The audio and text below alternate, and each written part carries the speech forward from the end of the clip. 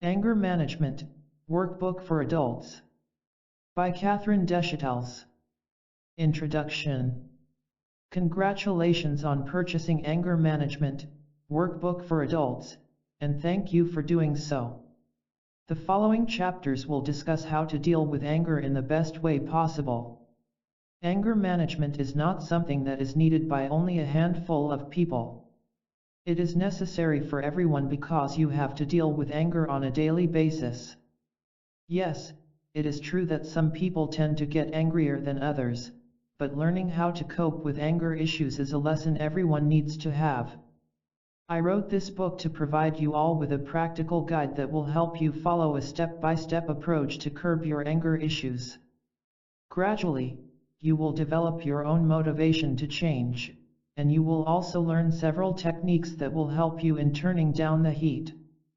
If you want to lead a more fulfilling and happier life, then anger management is one of the first steps towards it. Having anger issues is not something to be afraid of or ashamed about because it is completely normal.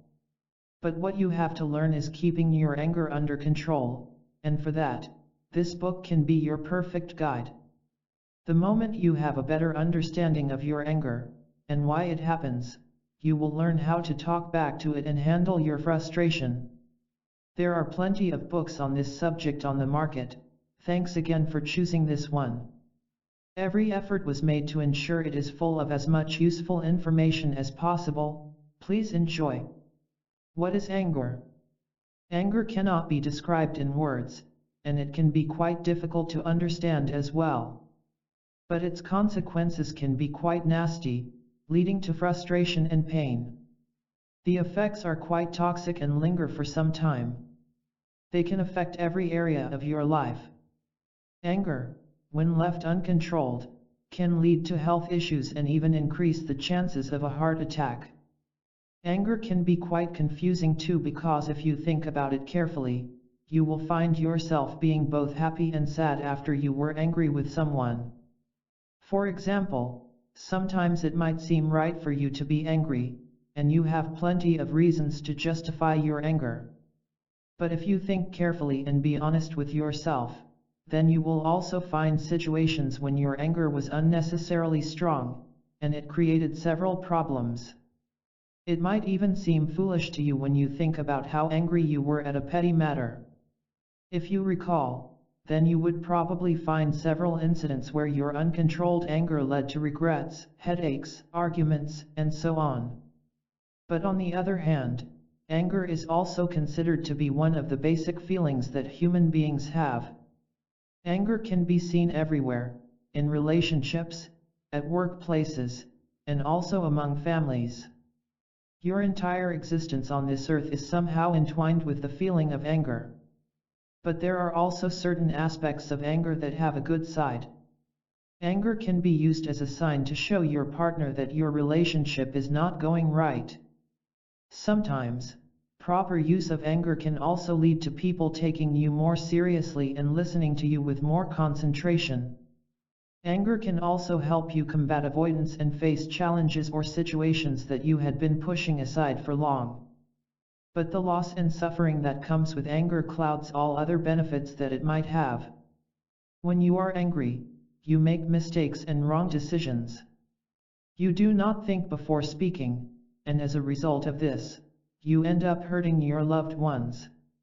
So, anger needs to be managed and kept under control. So, to answer your question of what is anger, I can simply say that it is an emotional response. There are different thoughts and feelings associated with it, but it is nonetheless an internal awareness. Anger developed in human beings as a part of their survival skills because sometimes anger is what we use to demonstrate wrongdoing. Anger can be mild or strong. Mild anger can be a result of a lot of things like stress, tiredness, sleep deprivation, and so on, and even when your basic needs are not met. Sometimes, anger may not be your primary emotion but a secondary one to fear, sadness, or feeling threatened. But you must remember that anger is not simply a state of mind, but much more than that, as prolonged exposure to anger can have physical consequences of your health. The physiology of anger. Sometimes, people tend to jump directly into their attack mode when they are confronted with complications or difficult situations. This often happens against their own better judgment. But in most cases, that same person will be regretting what he/she just said. So, why do you think your brain reacts in a way that it knows will be regretful later on? What might seem a single episode of outburst has a whole lot of process going on in the back end, and once you understand that, you will have complete knowledge about the physiology of anger. Your brain has a structure known as the amygdala, and it is comprised of two structures in the shape of almonds. This is the primary place where your emotions begin. This is also the region of the brain that is present as your line of defense to any threat that comes your way. The amygdala is responsible for sending alarms the moment it senses any threat. When your body receives these alarms, it takes the steps necessary to protect yourself from the approaching threat. Now, there is another part of your brain, which is called the cortex, and it is responsible for all the judgments you make and thoughts that you have. The efficiency of the amygdala is so high that even before the cortex starts functioning on a particular issue, the amygdala warns your brain about the threats involved. In short, your brain has been constructed and wired in such a way that it starts taking action way before the consequences have been analyzed or measured. But by giving you all this information, I definitely do not endorse bad behavior, putting this as an excuse. Bad behavior can always be curbed with strong willpower to change and controlling all your aggressive impulses. Yes, it won't happen in a day, and you will need a lot of practice, but it is not impossible. So, by now, you must have understood that controlling anger is more like a skill, and it does not happen instinctively. No one is born with it. When you become angry, you will notice that your muscles start tensing up. There is a reason for this as well. Have you heard about catecholamines? They are a particular group of chemical neurotransmitters that are present inside your brain, and they are released when you are angry. That is why you feel that there has been a burst of energy inside you, and this feeling can last for about a few minutes. This energy is also the reason why angry people feel the need to react immediately and take some action that is protective in nature. You will also notice how quickly your heart rate increases in such situations, and consequently leads to a rise in your blood pressure levels too. Your breathing pace also becomes fast, and sometimes, your face might even seem flushed. This is because when you are angry, your body prepares itself for any kind of physical activity and, in the process, sends an increased amount of blood flow to the limbs. Gradually, you will notice that all your concentration is on the point of your anger, and everything else seems a blur. Subsequently, several other hormones and brain neurotransmitters are released which prolong the state of arousal, and two of the common hormones include noradrenaline and adrenaline. There is a region in your brain called the prefrontal complex, and it is responsible for keeping your emotions in check. The region is located behind your forehead. You have already learned how your emotions are controlled by the amygdala, and now, you should also know that all your judgments are controlled by the prefrontal cortex. Your emotions can even be switched off by the left prefrontal cortex. Thus, this is how it can keep everything in control. Thus, when you master anger management strategies, you will be helping your prefrontal cortex gain the upper hand over the amygdala so that your emotions don't get in the way of your judgments. In this book, you will learn different ways in which you can control your anger. Anger basically has two phases. In the first phase, your body prepares all the resources it needs to prepare for a fight, which is somewhat like the first response whenever someone is angry. But then comes the wind down phase. That is when your body starts returning back to the resting phase. You no longer treat the object of your anger as a threat, or at least an immediate threat. But the process of relaxation from a state of anger is not easy and needs practice. Also, when the arousal of anger is caused due to adrenaline, that state can last a very long time, and it also has another bad effect, that is, it lowers the threshold so the next time, you become angry even more quickly. This same feeling of arousal during anger has other effects on your body as well. One of the most common effects is that it makes it difficult for a person to remember all the details. When levels of arousal are high, you actually cannot concentrate anything and thus, later on, fail to recall what actually happened. As you already learned, the amygdala causes a release of stress hormones whenever you are angry. One such stress hormone is cortisol. When the levels of cortisol become high, a greater amount of calcium is absorbed by the neurons, which ultimately leads them to fire, frequently causing death. The prefrontal cortex and the hippocampus of the brain are the two main regions that are affected by the negative effects of cortisol. Also, when the levels of cortisol go beyond a certain level, there is a decrease in the amount of serotonin. Serotonin is the hormone that keeps you happy. So, with the decrease in serotonin, you start feeling sad, frustrated and even angrier. The aggressive behavior sees a sudden spike and you might even face depression. Common questions about anger. When we start talking about anger, there are so many questions that pop up in people's minds, and in this book, we will talk about everything in detail. But first, in this chapter, you will get the answers to some of the most common questions about anger that people generally have. One of the prime questions that everyone has is, what is anger? But if you have read chapter 1, then you'll know that we have discussed that topic at length there. What is the difference between healthy and unhealthy anger? Everyone experiences anger in their life, but you should know that at most times, anger can be quite a valuable and constructive emotion. Do you know why? It is because when you are angry, you become aware of the fact that something is upsetting you or bothering you. It is because of anger that you start becoming adaptive to your surroundings as your body is promoted to take some action. But anger can be problematic too, especially when it becomes too intense. Anger can sometimes be in the form of an annoyance that is momentary, but at other times, it can take the form of uncontrollable rage. Frustration is one of the basic feelings that hide behind anger, and this frustration can be due to a variety of reasons. You can be frustrated because you are not getting what you deserve or what you want. When the needs are truly legitimate, in that case, the frustration is healthy because your anger shows that you need to be treated respectfully. But anger can also arise out of depression or from needs that are narcissistic. But most people are confused about how they can differentiate between healthy and unhealthy anger.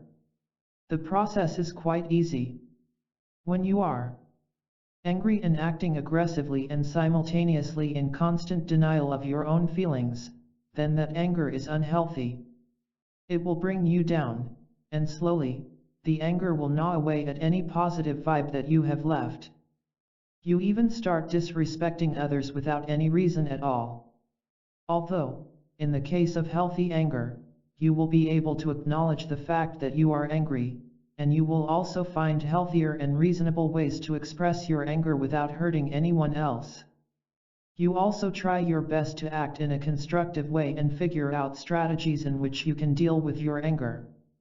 Also, if your anger is healthy, then after a certain point of time, you will know how to let it go instead of clinging to it. No matter how much you are angry with the other person, you never treat them with disrespect. Are there different types of anger? There are definitely two types of anger if you consider from the primary point of view, and you already have learned about those two types. One is the constructive form of anger and the other is the destructive form. But the latter one can be further divided into 5 types, or you can also call them 5 phases of destructive anger. The first phase is that of passive aggression. This is when the person knowingly takes actions that will disturb the other person or put them out of ease. The second phase is that of sarcasm. This is when the person deliberately makes cutting remarks about the other person that openly conveys disgust, and the tone is taunting. The third one is that of cold anger, where the person gives the other person a silent treatment. They go into a period of withdrawal, and then even when the other person inquires what is wrong, they do not reveal the actual reason. Then comes hostility. Here, the person will show several signs of annoyance and frustration openly.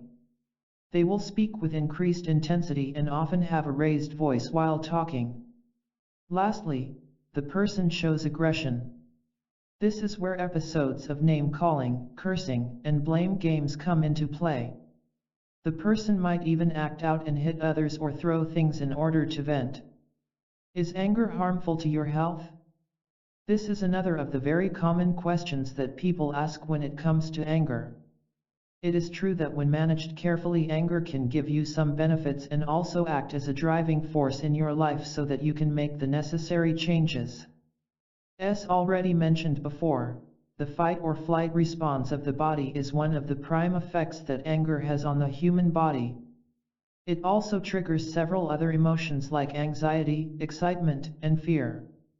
Your body literally overflows with the stress hormones that are released by the adrenal glands. All the blood that is going towards your gut is shunned and is redirected by your brain towards the muscles in your body.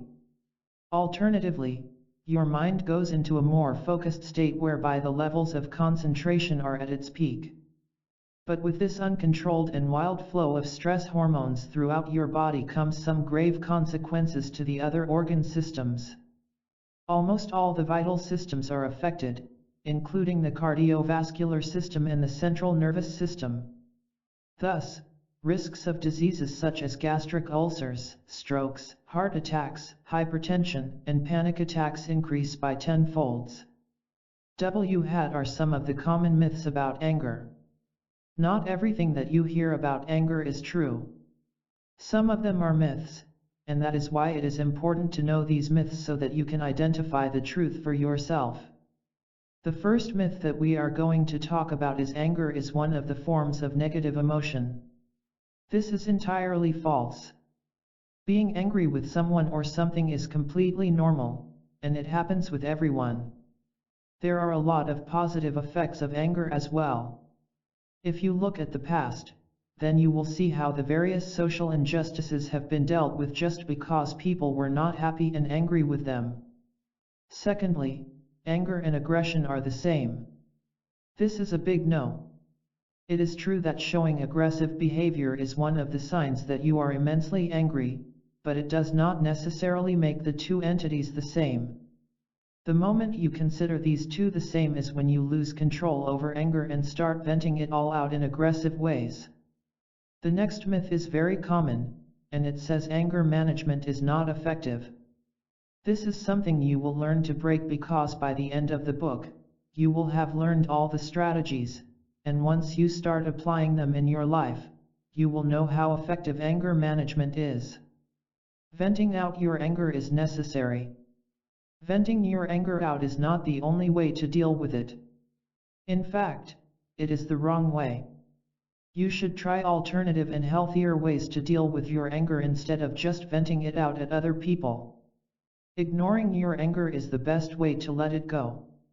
Absolutely not. The more you ignore your feelings, you are not letting them go. Instead, you are bottling them up. The moment your emotional bottle is full is when you will burst out and have a complete breakdown. Also, research has proven that venting your anger only increases your guilt later on. How will I know that I need anger management? This question is also very common because everyone gets angry in their daily life, but when is your anger truly qualified for starting anger management techniques? The truth is that anger management is not limited to people who have great issues. Everyone can start practicing anger management, and they are going to benefit from it. While we grow up, we are taught a lot of things, but unfortunately, anger management is not one of them. You do not necessarily have to be an aggressive person or a very rude or violent person to start anger management. Anger management not only teaches you to manage your anger, but it also teaches you how you can communicate better and not avoid your problems. You will learn to face every barrier that comes your way so that you do not bottle up regrets or guilts. You will also learn to steer clear of negativity and prevent sabotaging the happiness of others. If you are someone who has been getting angry over the pettiest matters, playing tit for tat at every turn in life, being easily irritated and impatient, or being revengeful with everyone, then you are definitely in need of some anger management strategies. But you should also opt for anger management if you are displaying over-defensive behavior that has led you to drive your loved ones away. Are some people more prone to getting angry than others? Whether someone is more prone to anger than others depends on a lot of factors like physiological reactions, thoughts, and physical activity. For example, some people have the habit of responding quickly to stimuli that is aversive, and they are the ones that easily get aroused. So, matters like annoying noises, bad smells, or even heat can make them angry. But on the other hand, those who are not of this type don't usually bother about such stimuli and also react very slowly. A big role is played by genetic variability in these cases. But habits of copying others and forces of reinforcement are the two things that play a big part when it comes to expressing anger physically in the form of banging the desk, sulking, and so on. There also has been research on different types of media that lead to violent behavior, for example, movies, video games, or even listening to music that has a touch of violence in it. When people play violent video games, their brain gets wired to be hyper alert at all times, and they have this inherent nature to kill opponents. So, in the gaming environment, they get upgraded to the next level whenever they kill their enemies, and this somehow impacts their real life too. Is there a difference between dealing with anger among strangers and family members? Transient interactions are the most common reason behind the anger that emerges for strangers. But in the case of family members, the interactions are ongoing. So, when you are angry with a stranger, you have to remind yourself that you might not meet that person ever again. For example, you might be angry with the cab driver for being late a few minutes. That might be an unpleasant event, but it is not any catastrophe. Also, you do not have to return to the cab driver again and trigger that anger. But when you are angry with a family member, and you see that person every day, things can get really difficult. That is when you need strategies to help you cope with the situation. You need to practice relaxation. All these strategies are spoken at length in the latter part of this book. You need to get rid of all negativity and also eliminate the habit of broad generalization. So, these were the frequently asked questions about anger. Anger management truly works in helping people bringing their anger under control. Anger is present to some degree with everyone. When it is mild, it might not be that big of a problem to you, and it can even dissipate in a while. But when anger becomes intense, that is when people resort to physical and verbal abuses or start holding grudges too seriously. If you are in such a state, then you should not delay and get started with anger management. It is okay to practice displaying your anger in an assertive way as long as you are not demeaning anyone. There should be an appropriate tone. Anger management will teach you what strategies will be effective for you and in what situation. How can anger affect your life? Not everyone sees how gravely anger affects your life, but it does. If you are frustrated about something, you often tend to hurt your loved ones or spoil your relationship with someone else.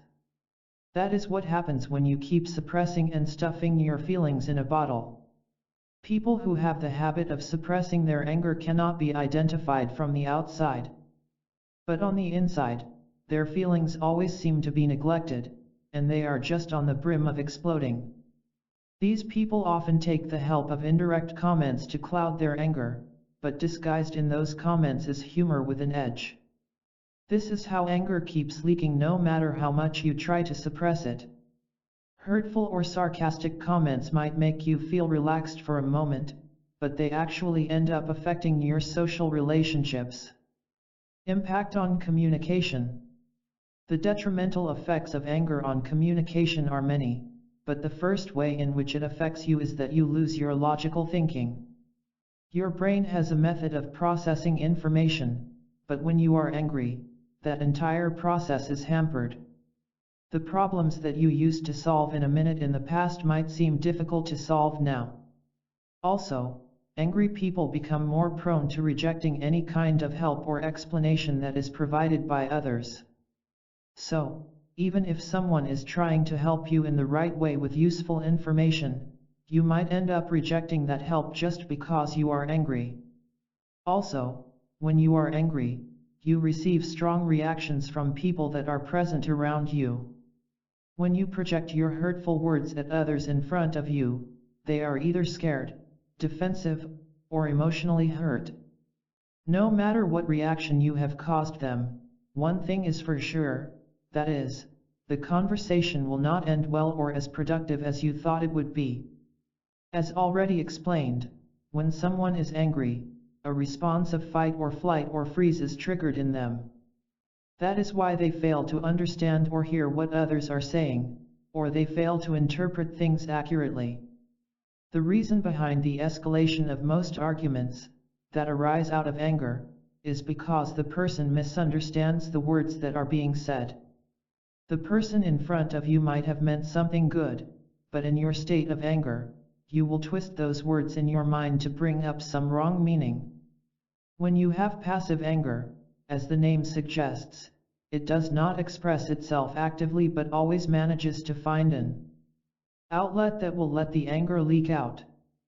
The anger will leak in ways which you can never think of. For example, you might say yes in a conversation where you actually meant no, or you might be pretending that you are completely fine, but in reality, you are not. It is a myth that when anger is left suppressed or avoided, it fades away. Instead, it leads to even more potential problems. This is even more common in people who have the habit of avoiding conflicts or confrontations. But they actually keep piling the resentments which burst one day. Ultimately, you become so burdened with the stress that you cannot concentrate on other important things in life. Impact on emotions. At times, anger can really help you with hard emotions. For example, if you are going through a phase of depression or maybe lagging at work due to procrastination, anger can actually help you out when expressed and used in a controlled manner. If you are angry and end up saying some hurtful words to others, it might give you a momentary relief to release that bottled up frustration, but after some time, all of those bad words will come back at you, and you will feel bad for what you have just said. Being angry is definitely a part of life, but when you don't have control over your anger, you end up hurting both others and yourself. You might have used anger in the past to intimidate others and state your position, and that might even have worked for you once or twice, but is it going to be the same at all times? The answer is no. When you express anger constructively, it might make you feel like you are on top of everything. Or, even if you are expressing anger in the wrong way, for a moment, it might feel like you can rely on anger's driving force and energy to get past your problems. But eventually, you will realize that anger is not going to do you any good. Impact on trust. When people do not honor your anger or your emotions, you start developing a pretentious image for yourself. You might say something about yourself, which you don't actually mean. You might even think that you are actively fooling people in believing you, but those who know you very well can actually see through the fake image, and that creates confusion. If you start pretending to be a person that you are not, it affects the trust between you and others. Your friends, family, colleagues, and literally everyone around don't know how you are going to react or what you are going to say. When you don't speak about your feelings to others, they fail to recognize what is bothering you so much. This makes them think that you do not trust them that much to share the most intimate feelings of going on in your mind. Your demeanor and your tone of speaking will not match, and that will confuse others further. You start feeling even more resentful secretly, and others will gradually pull themselves away from you. You will get lonely and lack people whom you can trust in your life. This can further push you into depression or even break your confidence. Impact on health. There are so many ways in which anger affects your health, and some of the major ones are explained below.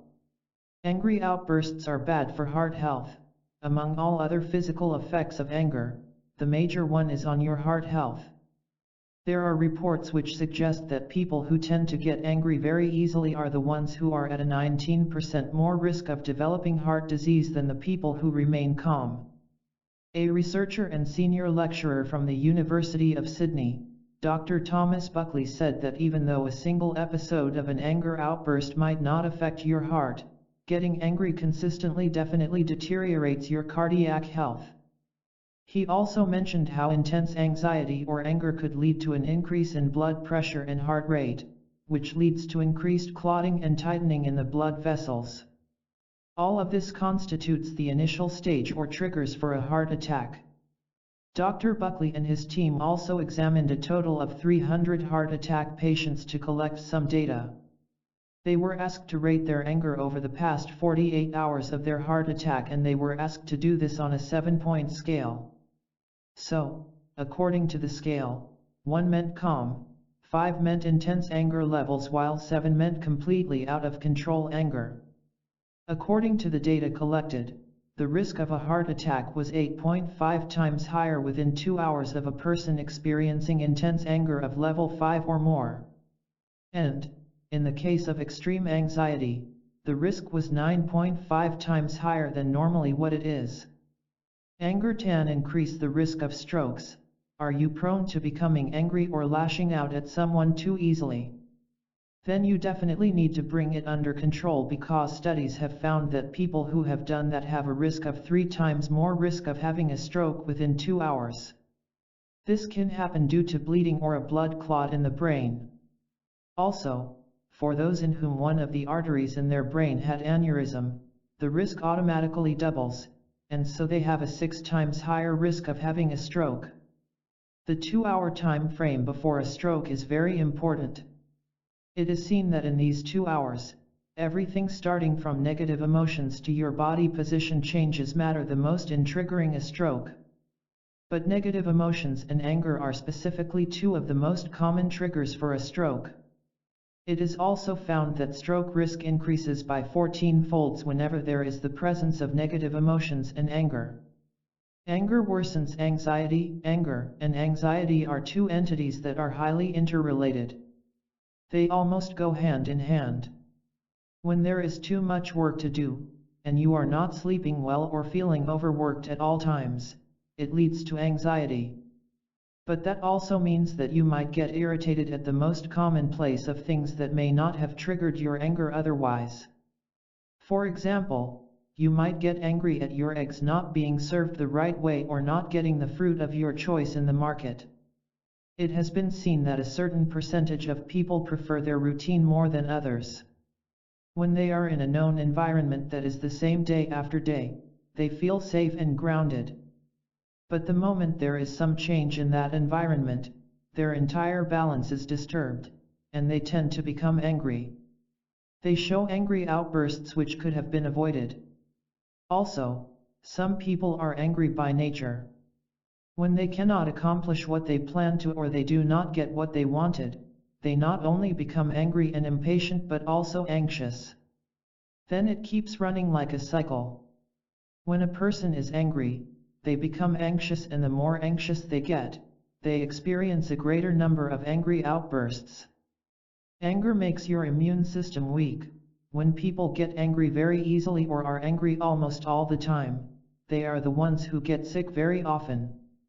Harvard University scientists had conducted a study to prove this. The results from the study showed that when healthy people recalled some experience from their past, which involved them getting angry, they experienced a lowering of immunoglobulin A levels, which is an important antibody and also serves as the first line of defense. The antibody protects you against all types of infections and thus, a lowering of its levels means that you are becoming more prone to diseases. The Pennsylvania State University researchers also conducted a study in which they found that negative moods can alter the responses of your immune system, and all of this, in turn, can trigger inflammation. Also, when the blood samples were collected within 2 hours of an angry outburst or negative emotion, the results showed the presence of inflammation biomarkers in greater intensity. On the contrary, when the subjects experienced positive moods, no matter how small the duration was, the levels of inflammation biomarkers drastically reduced, thus showing the good effects of a positive mood on your immune system. But the investigators had also specified that this observation was seen in male participants only. Anger can affect your lungs. It has been found that when people are angry at all times, their lungs might be aging faster. A study was conducted in the Harvard School of Public Health, which is located in Boston, and the study was performed on a group of 670 men for an approximate time span of 8 years. The average age of the men in the group was 62 when the study commences. To be precise, the men were in the age group of 45 to 86 years old. All of them were white, and they all resided in Boston. A hostility questionnaire was prepared for them which they had to answer. The more the score, the greater was the level of hostility. The average score that was recorded from these men was that of 18.5. Then, every 3 to 5 years, these same men were subjected to checkups for examining their lungs. It was recorded that men who were ruled out to be hostile were the ones who had the worst lung health. Also, there was a rapid decrease in their lung health than those who are in a mellower state. With age, it is natural for your lung to become weak, but in the hostile men, this process of aging came faster and with greater intensity. It is also true that smoking is a habit commonly seen in hostile men, but even if the smoking levels were adjusted, no change was seen in the lung condition of the hostile men. But the study did not actually prove a relationship between anger and lung health. Anger leads to depression. Angry outbursts and depression have been linked to each other for a long time. This is even more consistent in men. The more commonly seen type of anger in depressed people is that of passive anger, where people ruminate, but they don't actually take any positive step that might help them in some way or the other. The most effective advice for anyone suffering from depression and also having anger issues would be not to overthink matters and keep them simple. Also, keeping yourself busy usually works. You need to find some activity in your life which will keep you at your toes or will completely absorb all your attention so that you don't have time to think about anything else. Research has stated that when depressed people experience sensitivity to rejection or some actual form of loss or even narcissistic vulnerability, that is when anger stems from their depressed state.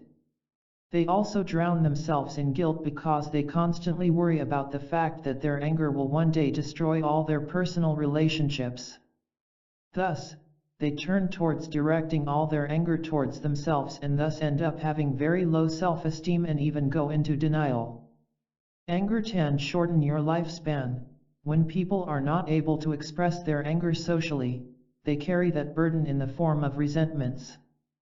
They keep bottling up their feelings. They replay the same angry outburst in their head over and over again, and they ruminate. All of this will ultimately make them feel overwhelmed, and they are not able to concentrate on anything in their life. Also, they lose control over everything in their life the moment they are not able to express frustrations. All this stress affects your life and also your lifespan. A 17-year span of study was conducted by the University of Michigan, and they stated that couples experienced a shorter lifespan when they held their anger within themselves compared to those who know how to express their anger. That is where you need anger management therapy, because it will teach you how to express your anger in a healthy manner. When you learn these strategies, you no longer have to bottle up your feelings because you will know how to tell others how you feel without hurting them. Identifying triggers. No matter how stressful your surroundings are, you cannot use that as an excuse for your anger. That is not just, and you should not do it. Masking your anger with other feelings is simply another way of running away from it or avoiding it. All the unnecessary aggravation that you are facing in your life can be avoided, but for that, you need to identify the triggers behind your anger. You need to go through your regular routine so that you can have a glance at your usual activities, because any of them can be a trigger. It can be some situation, place, or even a particular time of day. It can be something like going out with your friends to a particular cafe that might trigger your anger. If that is the case with you, then the solution is simple. You should try changing the location of your meetup and then see the changes in your temper. So, the moment you identify the trigger, you need to think of different ways in which you can handle the situation differently. When you know what is triggering you, you will also know how to handle it in a better way, and thus, you will be prepared come what may. When you are aware of the fact that a certain situation can trigger your anger, you will be prepared to deal with it in a more constructive manner. Some of the usual triggers for anger have been discussed below. Unfair treatment. It is quite normal to feel angry when you are unfairly treated by others. Whether you are really being treated unfairly or not is not the question here. What matters is your perception of the situation or your feelings. As long as you think that the treatment done with you was unfair, irrespective of everything else, you are bound to feel angry. You need to understand that fairness is not a definite concept. You cannot say for sure that something is unjust or unfair. What may be unfair to you may be fair to the other person. So, when someone thinks that they are being treated in an unfair manner, they are enraged, irritated, and annoyed. But you also need to understand that these unfair events are not only happening to you but to everyone around you. So, whenever you are wronged, anger is bound to get triggered. The relationship in which you have experienced the unfair treatment or the significance of the situation are the two factors that determine not only your response but also the intensity of the anger felt by you. Anger arising out of an unjust or unfair situation is very commonly seen in workplaces. It can also happen in a simple day-to-day situation, like when someone cuts you in the queue for purchasing tickets at the theater. Or, if you are in school or college and the teacher has given you a grade that you think is too below your talent, then you will feel that you have been treated unfairly, and it will then trigger your anger. Overgeneralization. This is nothing but a type of cognitive distortion, and it can have quite a hefty impact on your anger. In fact, when you understand what overgeneralization actually means, you will understand why it is such a huge contributing factor to triggering your anger. If you have the habit of drawing faulty conclusions without any solid proof to back up, or maybe based on only one single incident, then it is called overgeneralizing. Overgeneralization does not only happen in one form. It has several forms, as you'll learn here. For example, you met someone new today who is from a completely different ethnic group, and after that single conversation, you form a very big opinion about that entire ethnicity. This is when you are overgeneralizing. A single interaction or one person's behavior does not indicate the nature of an entire group. Overgeneralization also involves the usage of words like always, never, everybody, and so on. So, even if a person has occasionally experienced something, by overgeneralizing the same, they make it look like intolerable. So, exaggeration of the actual details can make the situation look like what it is not, and the truth becomes twisted. Tea can be called black and white thinking, as people tend to overlook the grays of life. And all of this leads to anger. Nothing in the world is 100% wrong or right, so when people see it that way and give it to dichotomous thinking, they start becoming frustrated over the simple things of life. Thus, anyone who has the habit of overgeneralization gets angry very easily. The moment you identify it, you need to take steps to change your way of thinking and re-evaluate every moment in life that you see in black or white. Disrespect of personal space. Personal boundaries are extremely important in every aspect of life. If someone violates or disrespects your personal space, then it can obviously act as an anger trigger. But boundary violations can be of different types, like accidental, passive-aggressive, or aggressive. Accidental violations of someone's boundaries are not done of purpose, and it is when a person accidentally states his/her opinion respectfully only to find out later that you found it offensive. But whether the violation of your personal space was accidental or not, it can still trigger your anger in equal amounts. Passive-aggressive violation of boundaries includes behaviors such as making assumptions about someone when you don't really know them, gossiping about them, or interrupting them. On the other hand, aggressive violations are the ones that are done in a more straightforward way. Obsessing over musts and shoulds. When people get obsessed with the shoulds and musts of life, they get into a cycle of destructive thinking, which is very difficult to break through.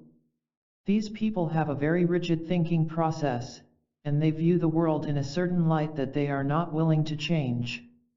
The moment the reality is not in line with their vision is when they start becoming angry at anything and everything that comes in their way. You need to ask yourself whether you do this as well, because if you do, then this is one of your anger triggers. When there is a part of you that thinks or wants to think in a certain way that you think is ideal, you automatically pave the way for the creation of an inner critic that is fault-finding and always judgmental. So, this, in turn, puts you under pressure to act in a certain manner and follow the rules that you have set in your mind. And when you are not able to follow all the rules, you feel guilty and angry with yourself.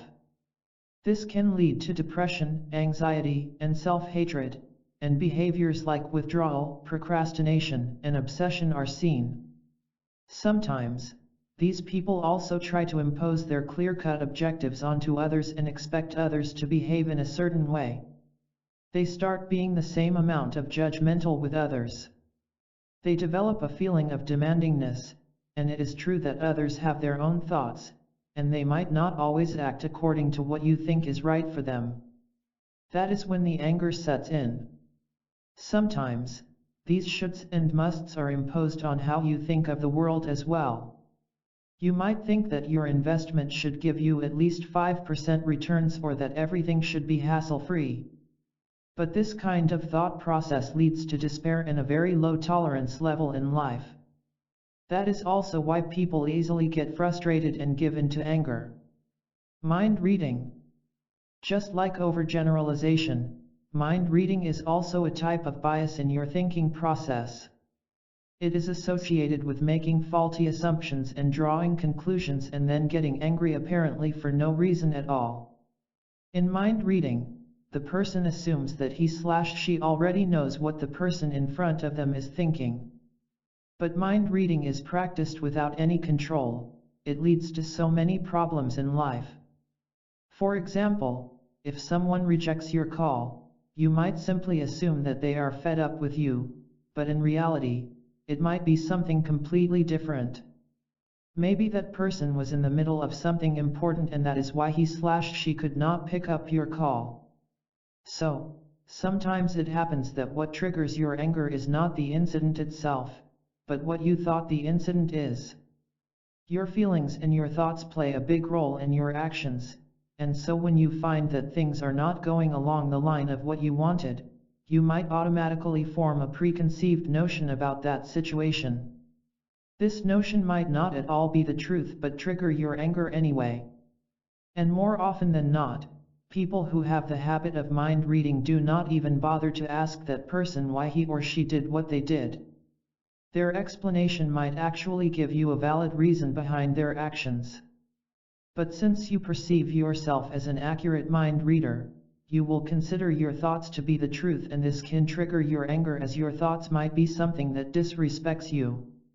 For example, if a car overtakes your car, it might simply be because the driver has some important event to attend, but you might get angry because you thought that the driver looked down upon you and that is why he sped past your car. It might sound humorous to you now, but this type of thinking can be really toxic and happens quite frequently to almost. Collecting straws. This habit is when a person deliberately looks for things that he/she can be upset about. They do this by blowing past all the positive things surrounding them and putting all their concentration on the negative things only. These small incidences which irritate you start building and accumulating, and they keep piling up until the very last straw is reached. That is when you cannot keep it all inside and explode. These situations or things on which you are getting angry do not have to be something huge. They are usually things that are relatively minor. If someone has a strong anger habit, then they do this quite more often than others. It might be only a few hours, but these people will be successfully collecting several reasons to be angry about in those few hours only. The final straw in this habit is the actual trigger, which pushes the person off the cliff and starts an emotional apocalypse. Now, you must be wondering how the process of collecting straws works. There is a term in psychology called confirmation bias, and it is the basis of this habit of collecting straws. Human beings find only those things which they are actually determined to find.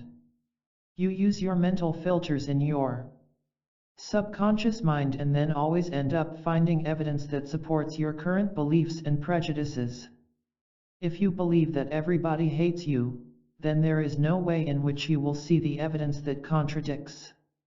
You will stick to what you think and find events or situations which support your thinking. Blaming. When plans go the wrong way or you don't get what you were looking for, then it is quite easy to say that it was not your fault and maybe it was someone else because of whom all this happened. You do not take responsibility for any of your actions. People use the process of blaming as nothing but a type of defensive strategy that assists you in somehow preserving your sense of self-esteem. But does that really help you out in the long run? The answer is no. When you find that some thought or feeling is being too uncomfortable, you automatically tend to disown it by blaming things on others or even on situations. The tendency to start blaming arises from a sense of shame. Blaming also shows another important thing, that is, the habit of a person not being responsible for things they have done. In other words, blaming can also be called a form of emotional avoidance, which helps someone to evade feelings that are shameful or uncomfortable. People who have chronic anger issues are the ones who take the help of blaming all too often. When these people find that they are in a situation where they have to hide their flaws, that is when they take the help of blame. When a person is blaming someone else for something, they are also enhancing their sense of victimhood and thus fostering feelings of pessimism and powerlessness. It is true that being responsible for the things that you have done may not always be easy, and sometimes it might also trigger anxiety. But this anxiety is also the reason why people search for a distraction and end up using the blame game to escape from their reality. It is also associated with self-reflection. Through self-reflection, you can understand yourself better, but it is not easy to do that, so people try to find the easy way out, and that is blame. Getting attacked. The next trigger that we are going to talk about is violence or being attacked by someone physically. Being a true victim in any violent situation is not good, and it definitely leads to angry outbursts. But some people can also respond to the situation with depression or anxiety. Abuse can be blatant or even subtle. The abuse can be done to you from someone in your family, or your partner, or even a stranger. The abuse can also be some kind of war trauma, especially if you served for the army at some point in your life. Any random accident or violent incident can leave a mark on someone's mind that is strong enough to act as a trigger throughout their life and cause anger issues. Discrimination and prejudice. One of the main causes of human conflict is prejudice and discrimination. When people have a prejudiced attitude towards a particular group, they behave differently or treat them differently, and if you happen to fall in that group, then you will feel angry at the discrimination being done with you. Racism is one of the most common issues. Sexism is also included in this category. Sexism is usually about the biases towards women that are preconceived by men. Both sexism and racism can be subtle or even practiced vigorously. Sexism is something that exists in our day-to-day lives at the very societal level, whether it is about education or employment opportunities. But the same is true for racism too. Another form of discrimination that is now being acknowledged is homophobia. Some people become quite rigid and passionate about the discriminatory feelings they have in life. But the person who falls in that particular group that is being seen in a different light is the one who suffers, and every small day-to-day activity of discrimination becomes a trigger for their anger. Expressing anger healthily and appropriately. Do you ever feel that you have reached such a point where your anger is going to swallow you whole, and you are simply going to burst with rage? If yes, then this chapter is going to teach you how you can express and release all that anger but in a healthier manner so that you don't end up hurting anyone. Most of the time, you will find yourself justifying your anger no matter what the reason behind it was. But as I mentioned at the beginning of this book, anger can actually teach you a lot of things only if you know how to express it in a healthy way. You should never bottle up your emotions as they can really cause havoc to your health. Anger sometimes can be used by people to cloud other complex emotions. The most common example is that of men and how they are forced by society not to show any feelings of sadness or fear. But they do have these feelings because they are human. The years and years of suppressed emotions make anger as their outlet, and in that case, the primary emotion is not anger but something else. If you hold back your anger just because you think you might go wrong while expressing it, that anger is going to destroy you completely. Your body will want to get rid of the negative energy that is being held in the form of anger, but your mind might be telling you the opposite. That is when you go into a state of emotional paralysis. Some of the effective ways in which you can release your anger healthily and appropriately are given below. Go for a walk. Did you know that you can actually walk off your anger? Yes, it can be done.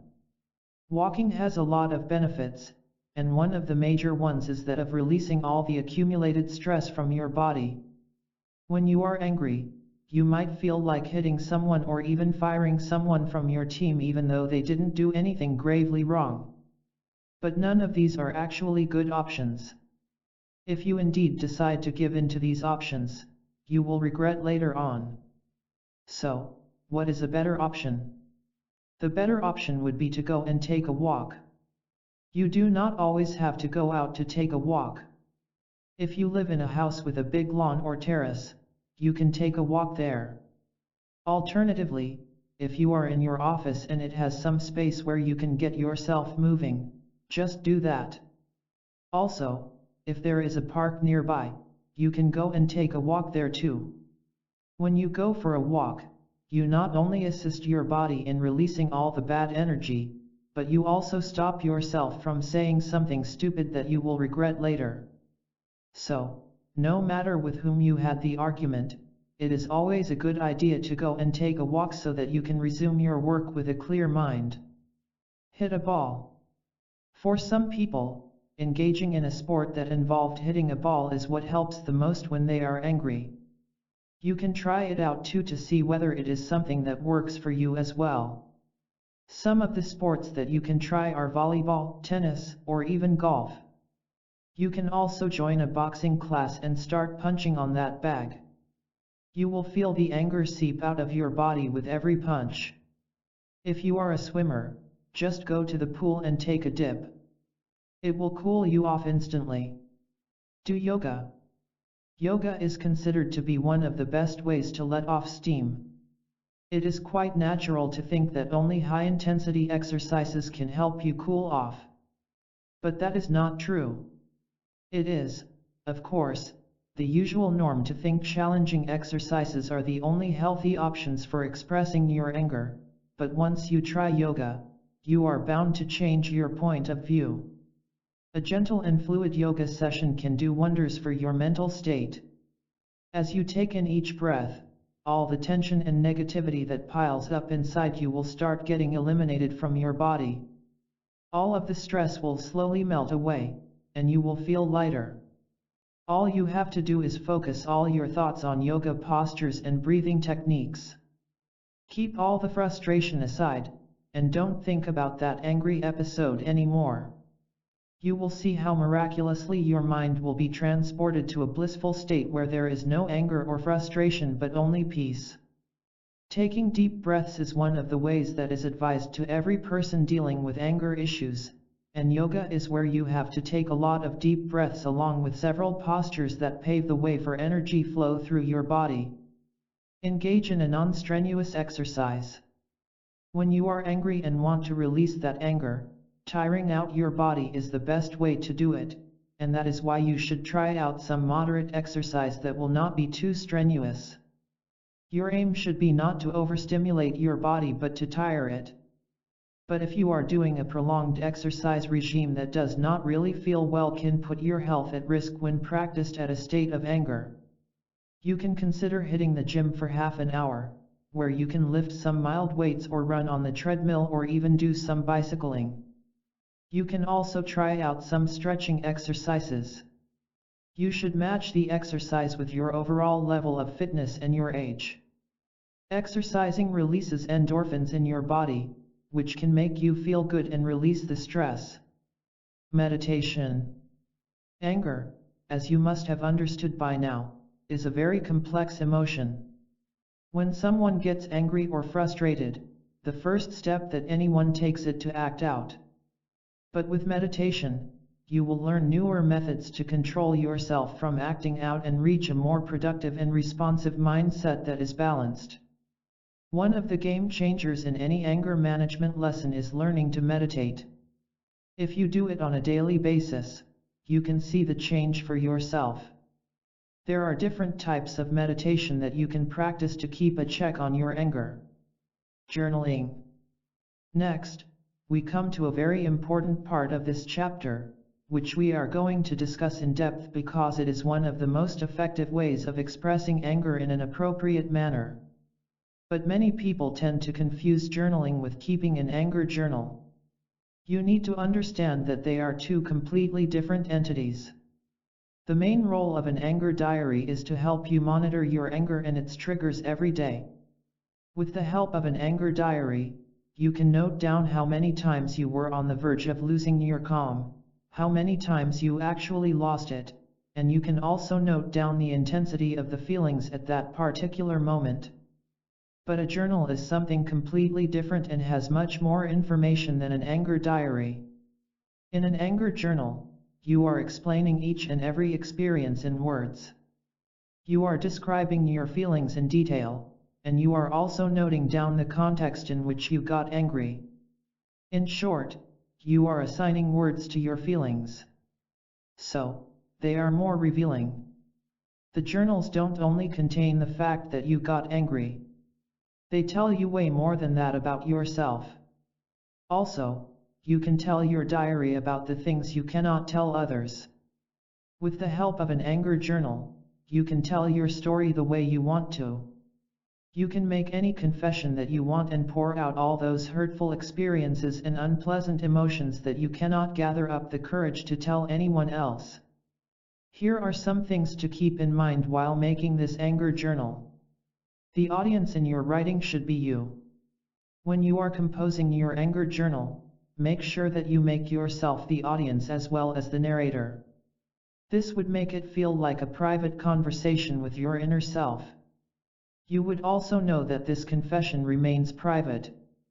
When you are not confessing in front of others, there is no need to frame your story in a way to impress others or make someone else feel good. No matter how much I emphasize on this fact, it will not be enough. Your anger journal will be a dialogue with your inner self and not with anyone else. The journal is meant for your benefit alone and not someone else's. Write in the first person. One of the most difficult things to do while making a confession is to write in the first person, but you should do that anyway. In general, people are accustomed to the habit of judging their own feelings and emotions, with the parameter being the actions of other people. This makes you feel every emotion in the third person. An example would make this clearer. If you say the cab driver made me so angry, then it is more about the cab driver than it is about you. But the moment you rephrase it to I was so angry at the cab driver, you are acknowledging your anger and not someone else's action. You immediately become the person responsible for your emotions, and that is how it should be. Also, when you use the third person in your confessions, you are victimizing yourself. It has been noticed that such a habit of creating an image of a victim makes the person even angrier. The aim of this exercise is to help you accomplish a better self and not make you angry. Don't stress so much on grammar. You don't have to be great in English in order to get the benefits of an anger journal. Who cares whether your grammar is right or not? Your anger journal is meant for you and not for someone to evaluate the grammar errors you have made. The more important fact here is to pour in all your feelings while writing the journal. The moment you assign words to your feelings is when you feel the tension releasing. You no longer have to keep all those unexpressed thoughts, feelings, and emotions suppressed, because now you have an outlet to let all of that seep out. Another benefit of this anger journal is that you will be educating yourself about the various aspects of your own emotions. So, all the things like punctuation, spelling, and grammar are completely irrelevant matters in this case. What you should do is write carelessly and spontaneously. You do not always have to possess a clear sense of purpose as well, because you need to write in your journal with your heart and not your mind. All your raw emotions should be there. Write about all your negative emotions. If you keep your positive feelings and emotions suppressed, they will not make you feel bad or sick, but keeping your negative emotions locked up will definitely affect you in several ways. So, whatever negative thoughts or feelings pop up in your mind, just pour your heart out. If you keep them inside, they will poison your life and not let you achieve your full potential. You might not be so expert in the terminology of emotions, but you should try not to generalize everything into one. For example, you might actually experience rage but name it as anger just because you do not know the word. That is an example of the wrong expression of your feelings. If you do not express yourself in the right way, you will not get the satisfaction you should. Try to form causal connections. Simply writing down your emotions or feelings is not enough. You need to ask yourself why you felt the way you did. It is true that acknowledgement of all the negative emotions definitely helps in purging them from your body, but it does not help in giving you insight. In order to gain full control over your anger, you need to understand your anger issues, and so you need to give meaning to your feelings. Always set aside time from your daily routine to write. You should not write in your journal just because you had to. You have to mean it. So, it is better to plan your day in a way that you will always have some time in your hand on a daily basis, which you can utilize to write. Keep at least 20 to 30 minutes time for your journal. But you should keep a timer while you are writing. When you are spending less time, it means that you are not writing enough or emphasizing enough. On the contrary, when you are taking more time, you might end up overthinking. Also, on some days, you might really finish writing before the timer. But you should not get up. Instead, revise what you have written and see if there is anything on which you can expand more. Trust me on this. There will always be some emotions that can be tapped further only if you give more emphasis or think deeply. Stop your emotions from coming in the way. When you start journaling for the first time, you will feel content and relieved after you write your feelings down. And to be honest, this is what the goal of anger journaling is. But after a certain point of time, it is completely natural for your emotions to come flooding in. These emotions can be that of nervousness, apprehension, or even sadness. You need to remind yourself that all of these emotions are quite normal. You are brave in confronting all those suppressed emotions altogether, and so being upset once in a while is normal. But if these feelings come to you while you are writing the journal, don't let them stop you from completing that day's entry. In case the emotions are becoming unbearable, you can stop for a day or two and then see whether they come back after the break. Eliminate all forms of judgment. Everyone is judgmental by nature, but while you are writing your journal, you need to eliminate all those feelings and write openly. Be forthright and honest with yourself.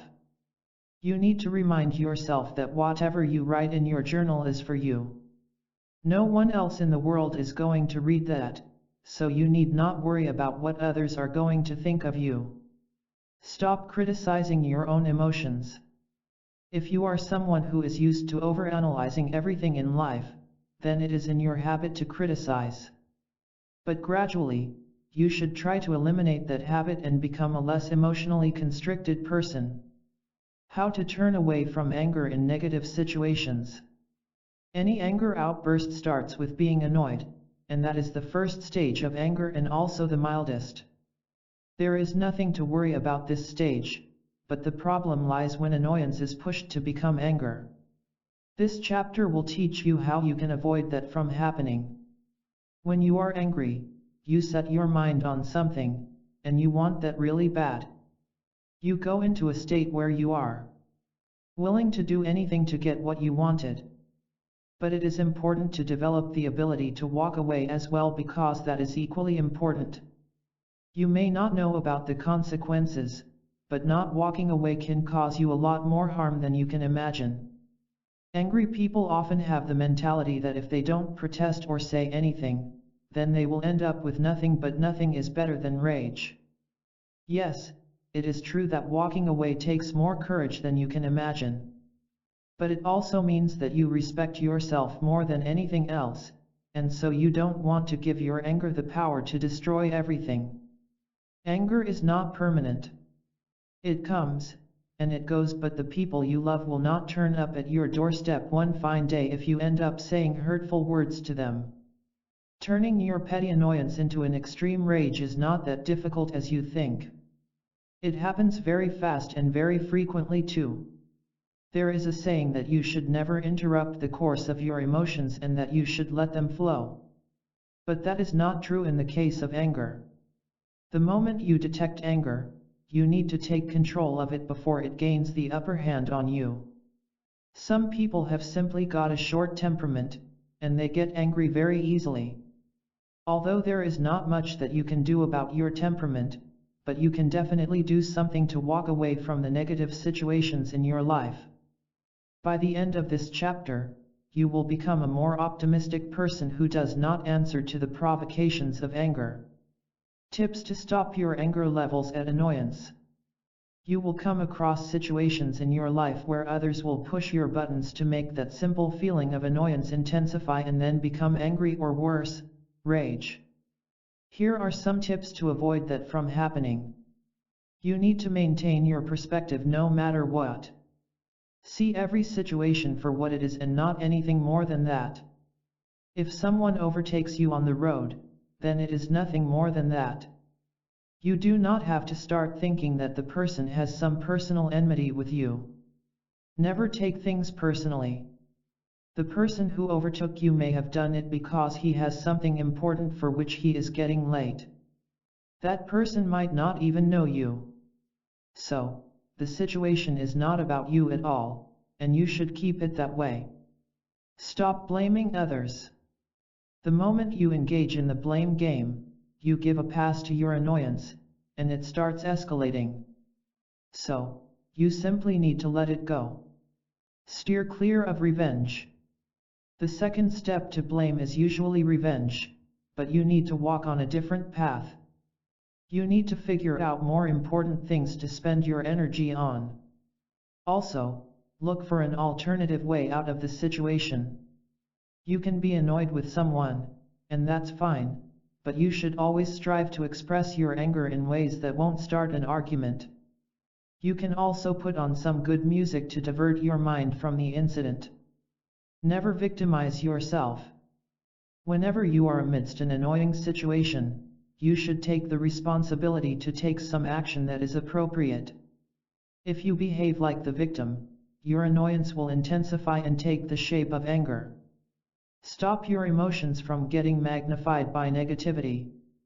When you are flooded with negative emotions, they tend to make you angrier. So, you need to find ways in which you can fill yourself with positive vibes only. Walk away and come back with a calm temperament. Walking away from an argument does not make you a loser. In fact, sometimes, it is the right thing to do. Since your body is wired to show a fight or flight mechanism in the face of anger, your behavior is directed by the same. No matter what the issue was, you should not answer to the provocations. Being angry and showing it physically or completely fleeing from the situation and not coming face to face ever again are the two extreme options, and none of them are useful. When you decide to meet the issue head-on in your angry state, the risk is that your anger might escalate, and that is what happens in general. But if you retreat from the situation completely, you keep your negative feelings bottled up only to explode later. So, you need to strike a balance between both and come up with a third option, and that is, you should return to the issue later once you have calmed yourself down. This is also a mature way to handle conflicting situations in life. Don't be eager to have the last word. The problem with most arguments is that people always want to have the last word for themselves. Any argument starts with some kind of social interaction. This means that the first word was definitely spoken by someone, and that first word is also the provocation. That is what triggers the anger. But after that, the question becomes who is going to have the last word? You need to remind yourself that this is not any competition that you have to win. You can always let someone else have the last word. And the sooner you understand this, the better it is for you. You should not be willing to let everything go wild and out of hand. People usually get obsessed about having the last word in an argument, and in that frenzy, they completely overlook how the situations are molding themselves in a worse condition. If there is one thing about anger management that remains a universal truth, then that is, it is not about the outcome but about the process. Change your situation. Emotions don't act on their own, and they are entirely situational. To be more precise, emotions are always tied to something, and they do not act on their own. So, when you stay in a situation that is provocative, you cannot really turn off your anger. In order to break the cycle, you need to change the situation. Until and unless you get a grip on yourself, move to a different situation. You will often find psychologists telling their patients to emotionally distance themselves from the object of their torment. One of the easiest ways to achieve this is to move physically and geographically from the concerned situation. Stop ruminating. First, let us discuss what rumination actually is. Have you ever noticed how a cow keeps chewing its cud? It first chews the food and then regurgitates it to chew it all over again. Rumination is something similar that humans do with their thoughts. They keep reconsidering, rethinking, and reliving their bad memories over and over again. If there has been some incident that made you angry, you need to stop ruminating about it. This is because rumination always intensifies whatever emotion you already have inside of you. What has already happened. There is no way in which you can change it. So, how can you actually escape this cycle? The first step is to catch yourself in the process of rumination. When you do that, you need to say stop and simultaneously think about something else that will divert your mind. You can keep saying stop to yourself as many times as you want until it finally registers in your mind. After that, you will slowly be able to let go of all those emotions and feelings that are causing you to hold on to that anger. If the above-mentioned technique does not work for you, then you can try another thing. Try ruminating about something good instead of your negative emotions. This process is also termed as daydreaming. You can think about your dreams and aspirations, or maybe picture yourself doing one of the things in your bucket list. Use imagery. Anger can be quite a chronic experience, just like pain, and you can use guided imagery to help yourself manage anger. Here are the steps that you should follow. First, you need to find a place to sit, which will be quiet, and there should be no distraction. You will not be able to reap the benefits of imagery if your surroundings distract you. If you are in your home, then you can go into your room and tell others not to disturb you for a while. If you are in your office, then you can find a place in a nearby park, or you can also put up a do not disturb sign on the door. The next step is to rate your anger. On a scale of 1 to 10, you need to rate how intense your anger is. Visualization forms the basis of this technique, and so the next step is to close your eyes. Now, your task is to visualize something that will help you overcome your intense feelings of anger. In case you are not okay with you sitting with closed eyes in a space, it means you have chosen the wrong location. The place you choose for this exercise must be one where you can feel safe sitting with your closed eyes. Now, you need to let go of the real world so that you can take your first step into the world of imagery. For this, you also have to let go of the anger that you are holding on to. The next step is to imagine positive things or things that make you happy. You can conjure up sceneries from your dream destination, or maybe a life achievement that you want. It can also be sitting in your own living room and having a good time with your family. It can be anything, but whatever it is, it should be strong enough to replace your emotions of anger. You cannot be vague in your imagination. Be as specific as you can. You need to decide who you want with you in the imagination, or whether you want to see yourself alone. You also need to imagine the location and exactly what you are doing. The more detailed images you conjure up, the more real it will feel and, thus, will be more effective. The main aim of this exercise is to derail your mind from the anger, and in order to do so, you need to keep up the happy image in your mind for at least 5 minutes. 5 minutes might sound less now, but you cannot believe how refreshing you will feel after those 5 minutes. Now, when you are in the middle of your imagination, you need to rate your anger again. You need to see what difference is there between the ratings that you have given. If there is a difference, then you have been successful in overcoming your anger, but if there is no difference, then you have to gather up more energy to derail the anger in your mind. You can linger for some time in that state if you loved the exercise, because it will make you feel good. You will get inner peace from this state where there is no tension in your body. There should be no hurry to return to your real surroundings. Now, it is time for you to open your eyes and resume your usual routine, but only with a more refreshed mind. How to communicate when you are angry. Communication is the key to every emotion. When you lose your temper, you not only have to keep a check on what you say, but also on how you are saying it. So, in this chapter, you will learn how you can communicate your anger effectively. Stop venting. It is true that when you are venting, you are actually clearing up all the stored emotions that you have been keeping trapped for so long, but it has consequences too. When you are venting, you are emitting rage. Most people would tell you that venting helps, but I am telling you right here, right now, that it doesn't. People expect a certain emotional relief when they vent, but you are not actually going to get that. Also, all the problems which led to the anger in the first place are not going to get automatically solved by your venting as well. But do you know what it does? It does the opposite of all these things. If you are feeling aggressive, venting will simply magnify that. If you are angry, it will make you angrier. When you are screaming hurtful words at someone else, you are doing nothing but showing your raw anger.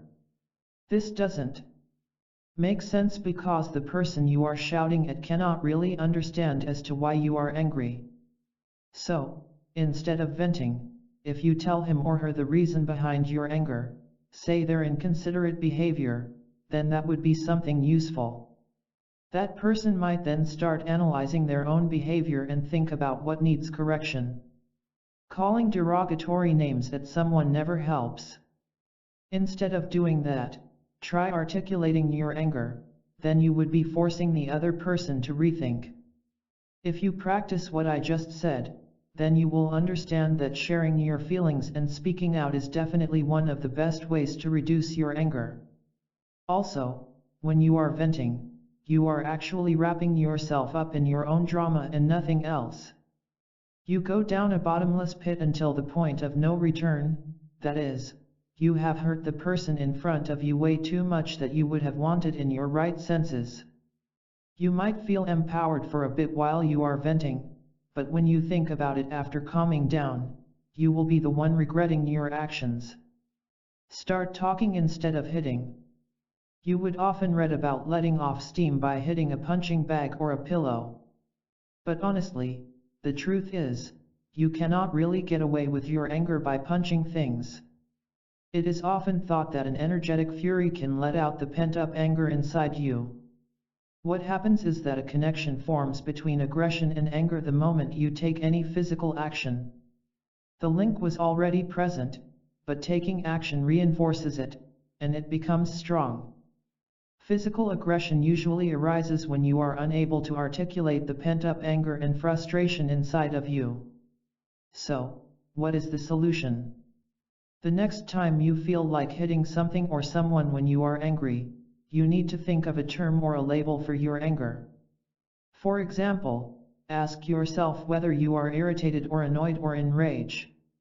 You can even write this down if it makes things easier.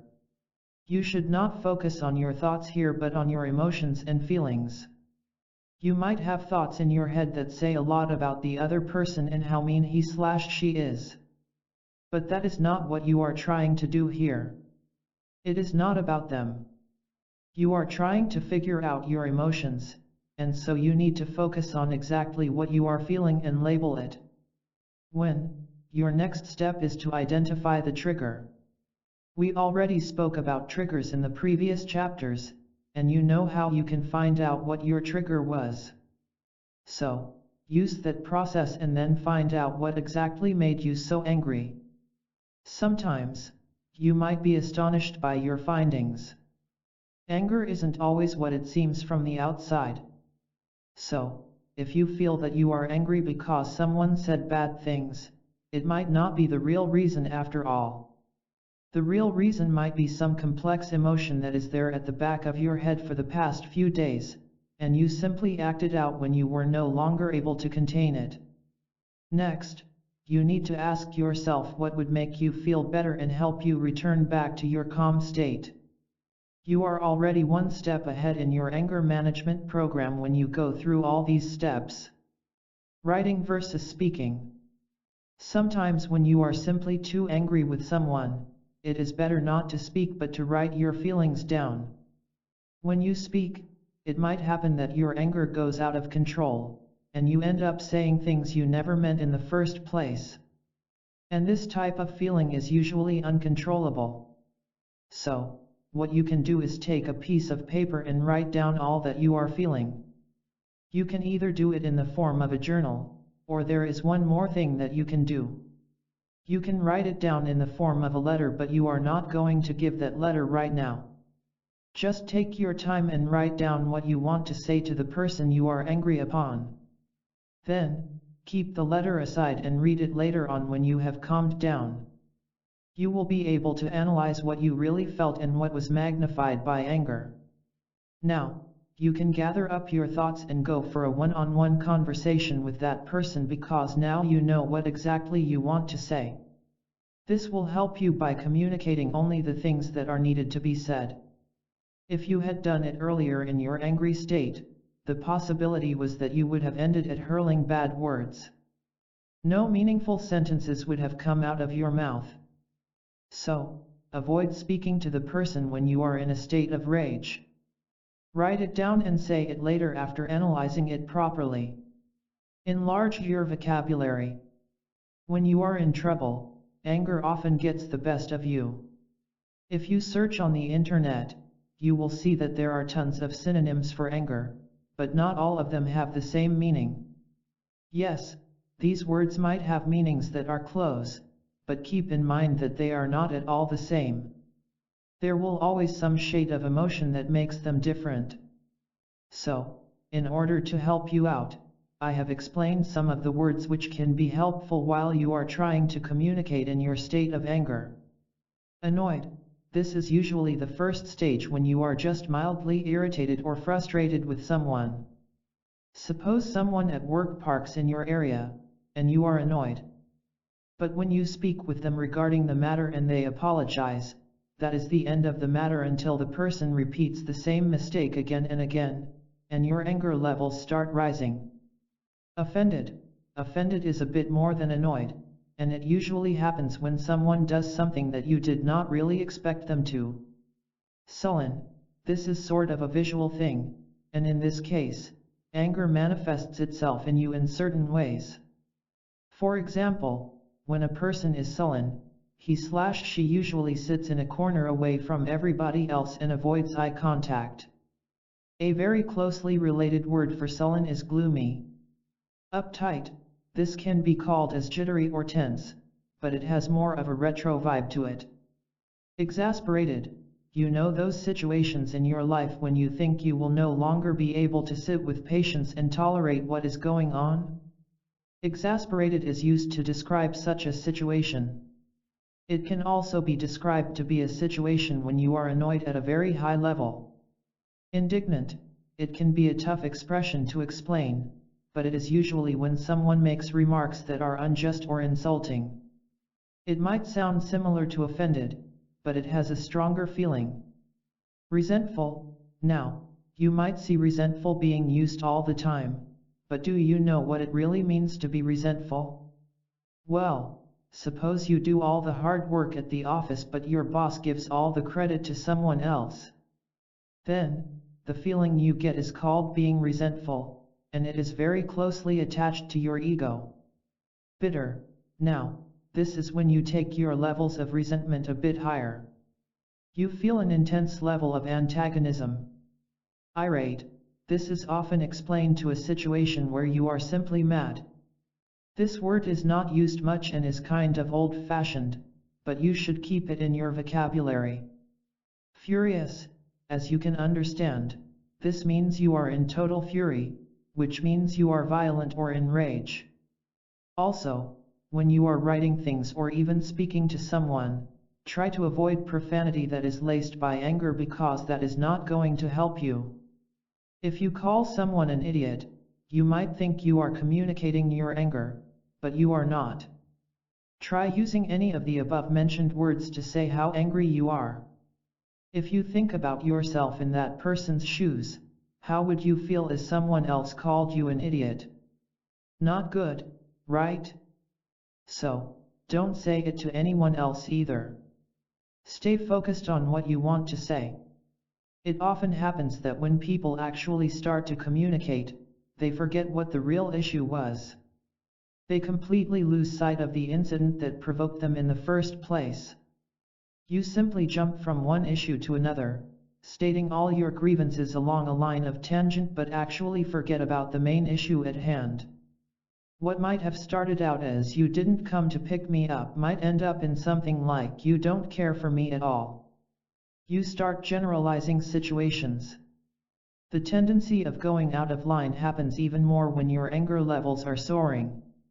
Your emotion itself will distract you from what you actually wanted to say. And you will be so unfocused with blind rage that you won't even remember why you started the quarrel anyway. So, you need to stay focused on what you want to communicate and why you are angry. Prevent things from getting out of control by keeping your eyes fixed on the issue. Don't stretch the issue. Expressing your anger in a constructive manner can be a challenge in the first few days of anger management. But you have to understand that it is more like a give and take proposition. You are allowing others to take in the meaning of what you say by giving out your feelings in those words. But you will end losing your audience if you keep ranting and not say stuff that has meaning in them. I am not telling you to keep your anger suppressed. You need to talk about what you felt, but you need to keep it short. If you keep reiterating the same thing over and over again, the chance is that your audience will stop listening to you after a certain point. Researchers in the neurological field have also pointed out the fact that human beings can be fed only so much information at a time. The brain is wired to remember only limited information. So, speak for a minute and then take a deep breath. This is also helpful in staying focused, which we already discussed in the previous section. Taking breaks in between will also give you the other person ample scope to respond to what you just said. Also, taking deep breaths in between will prevent the acceleration of your anger. And that is the aim of anger management, right? Sometimes, the person you are speaking to may react defensively and say a lot of bad things too. But you should not interrupt and let them have their say. After you have taken the pause, resume what you were saying. Then, after a minute, take another deep breath. Once you practice this for a few times, it will start becoming easier. It is more important how you say it rather than what you say. When you are in the middle of an overheated dialogue, and you are literally shouting at the other person, what you are trying to say often gets lost amidst all that chaos. It is not impossible to communicate effectively when you are angry, but apart from what you have already learned in this chapter, there are two more things that you have to pay attention to. Volume, the fullness of your words and the power you put into them are of utmost importance here. You will sound louder when you are angry, and it keeps on increasing with the intensity of your anger. When you hear someone talking, you don't need any special skills to identify a person who is furious and enraged from the person who is simply annoyed. Pate, the velocity or the speed with which you are speaking is also important. You will often find that you tend to speak faster with an increase in the intensity of your anger. You may even feel pressure as if the words are not coming out of your mouth as fast as you want them to. So, you need to start paying attention to how you are communicating and not only on the words. If you think you are sounding too shrill or maybe you are speaking too loudly, then you need to get a hold on yourself and adjust your speech accordingly. You need to fine-tune yourself, and this requires effort from your side. Also, when you speak loudly, the other person also tends to mimic that, and the overall conversation becomes way louder than it started out to be. Ultimately, the anger reaches such a level where it becomes impossible to control. So, your task is to nip it in the bud before it even gets the chance to off the tracks. This anger arousal tone often gets into a vicious cycle and can cause several health problems. It has been noticed that when people go into an outrageous dialogue exchange, they are more prone to coronary heart diseases than the others. So, whenever you think you are on the verge of losing it, simply ask a question to yourself: is this conversation even worth it risking your life? Because if you give in to your anger, you are doing nothing but risking your own cardiovascular system and wearing it out. Steps to take control of your anger. The first instinct that every angry person has is to react in some bad way, but that is something you should try to control. The reaction is somehow universally the same for everyone. They react, they shout, and they try to ridicule the person who is present in front of them, irrespective of whether or not they did anything to contribute to the anger. But losing your calm is the easy way out. What is tough is keeping your calm and handling the situation carefully. So, here are some simple and very straightforward steps that you can implement in your life to take control of your anger before it controls you. Step 1. Respond, not react. Anger, when not communicated in the right way, can lead to collective and personal suffering. Well, sometimes, you might come across articles on the internet which portray anger as a choice, and that really kind of offends me. Anger is anything but choice. Anger simply happens. No one wants to be angry or in a bad mood. It is like an intuitive reaction given by your nervous system whenever it thinks that you are in some sort of danger or some immediate threat is present in front of you. So, there is no choice there. But there is a choice, and that is how you react. It is definitely a choice to express your anger in a constructive manner or simply to carry on with your present rage. If you are at a point in your life where you are finding it difficult to express your anger constructively, then you need to ask yourself whether you want to be a victim of your emotions for the rest of your life. I'm sure that the answer to this would be no, as no one likes to apologize countless times for all the rude things they have said. So, before you do anything, you need to make yourself understand that you have to keep a promise, the promise of not reacting when you are angry. It is basically a mental strategy. So, let us start by understanding the difference between responding and reacting. When you are reacting to something, you are usually out of control, impulsive, and reflexive. But when you are responding, you are deliberate, thoughtful, and in control. Someone doesn't react to anger just out of the blue. It is usually a habit that they inculcate over time. So, in case you are facing difficulties in overcoming it, don't worry because it is quite natural. These difficulties that are faced by people when they try to respond rather than react usually stem from past experiences. As I said, the habit has been inculcated in you and possibly from certain incidences in your life that you never meant to happen, but they did, and they surely left a mark. Although, sometimes people inherit the impulsive temperament from either of their parents. So, think of those moments in your past or even in your childhood that you are carrying around like baggage because these are the situations that have made you a reactive person. Sometimes, it happens because your parents were remote, unloving, unavailable, rigorous, stern, stringent, or even highly sensitive. But you have to remind yourself that every habit is learned and so every habit can also be unlearned. Step 2. Avoid being with people who get unnecessarily angry all the time. When you are in the company of people who get angry all the time, then you might find it difficult to change your behavior from reacting to responding. It is of human nature to find companionship with those who are in some way similar to you. So, when you are being with people who already have a bad temperament, you are creating hurdles for yourself, and that makes it even difficult for you to develop the habit of responding instead of reacting. It is often seen that when a person is angry, he/she usually ends up in situations where they find a perfect fit for their emotional behavior as well. Suppose you work in an office where your colleagues and peers are literally climbing the ladder by showing anger to their subordinates, then you get into the mentality that anger somehow helps. But in reality, it does not.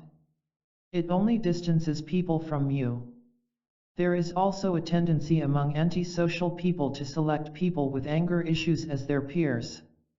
Basically, human beings look for companions who have something familiar to them. Also, society has a way of ostracizing those who get angry very easily.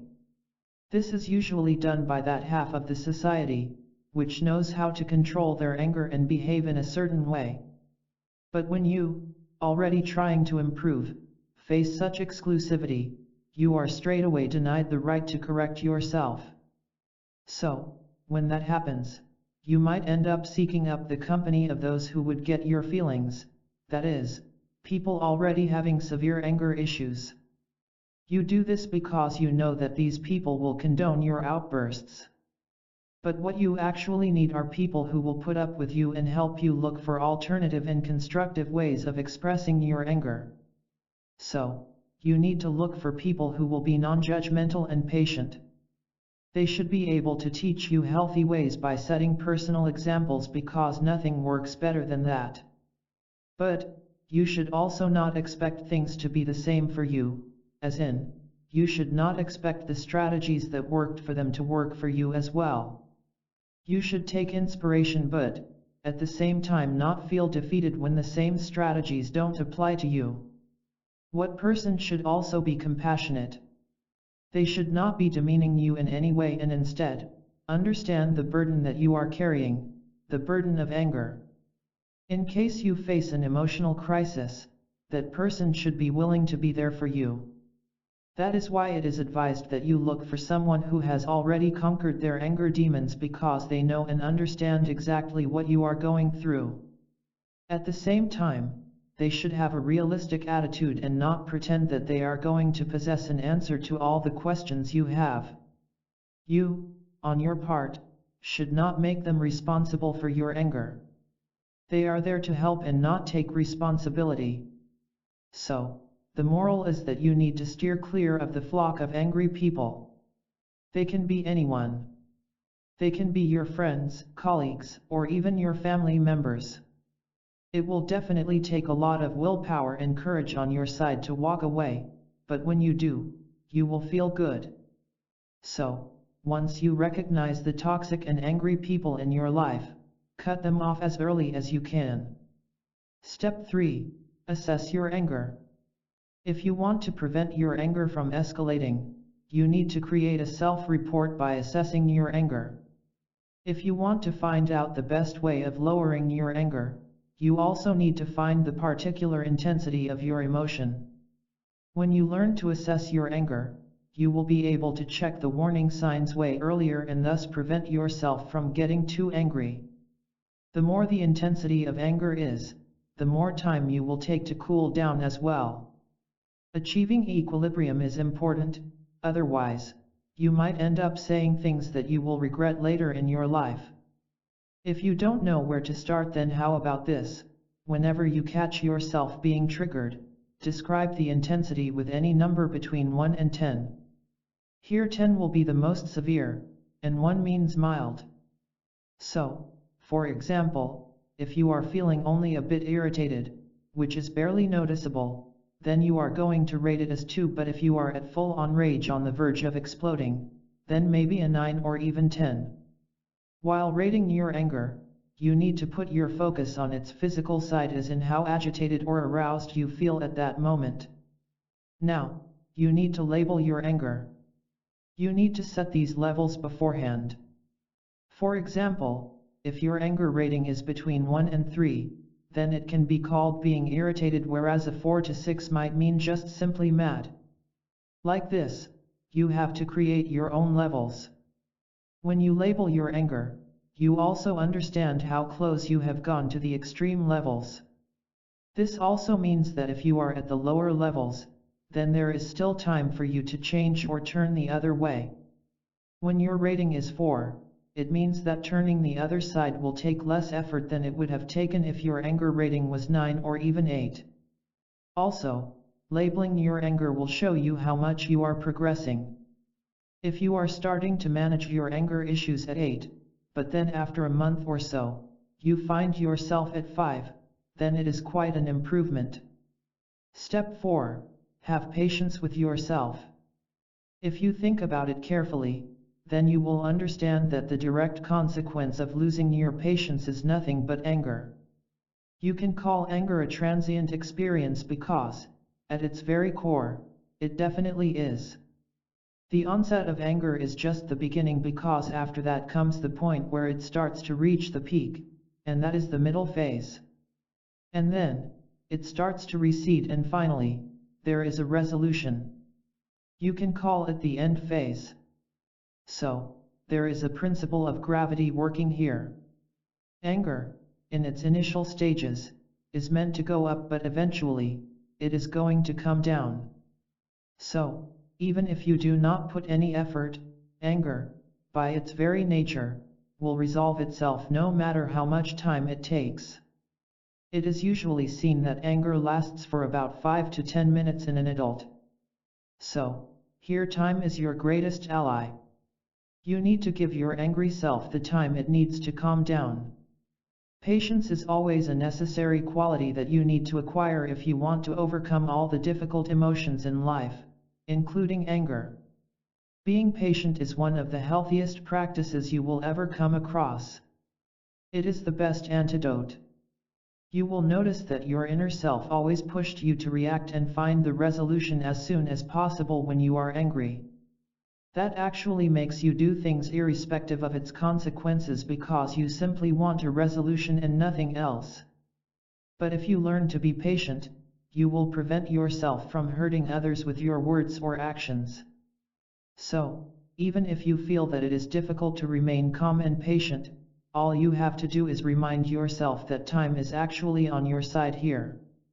If you manage to not shout or react and let the time pass by, your anger will leave your body in a few minutes. Being patient will not give you a heart attack, but an anger outburst will. If you still have difficulties in keeping your calm, just tell yourself, this too shall pass. You also need to believe in yourself that you can actually do this.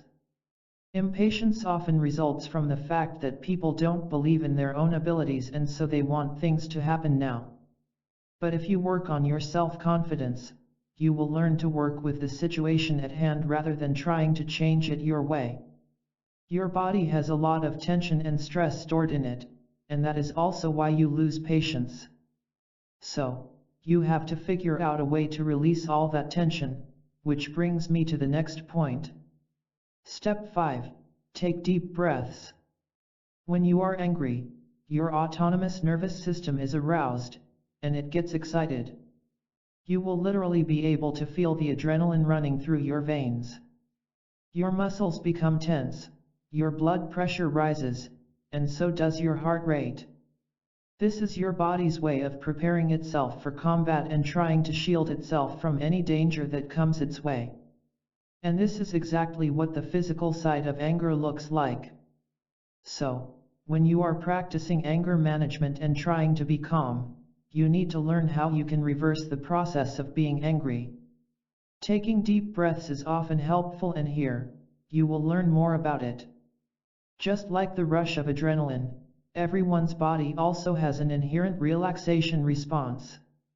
One such very effective strategy is to take a few deep breaths and sit quietly. This will help to release all the tension you are feeling in your body. So, follow these 3 steps, and you will feel the difference. Take in a long and deep breath through your nose. Count 1 and hold your breath for that long. Now, exhale the breath but through your mouth. Now, all you have to do is repeat the same for around 10 times. If the intensity of your anger is more, then you can repeat it for as long as you like. But you need to focus on your breathing and be conscious about it.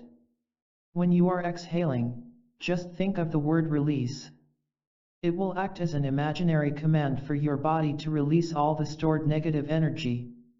You also need to try and lighten up. The more serious remain, the angrier you are going to get. One of the best ways to do it is by practicing self-talk. But, make sure you engage in positive self-talk only. You need to tell yourself with reassurance that you are okay, and you can do it. There is nothing to be upset about. Deep breathing is often associated with so many other things as well, like yoga, meditation, or even guided imagery.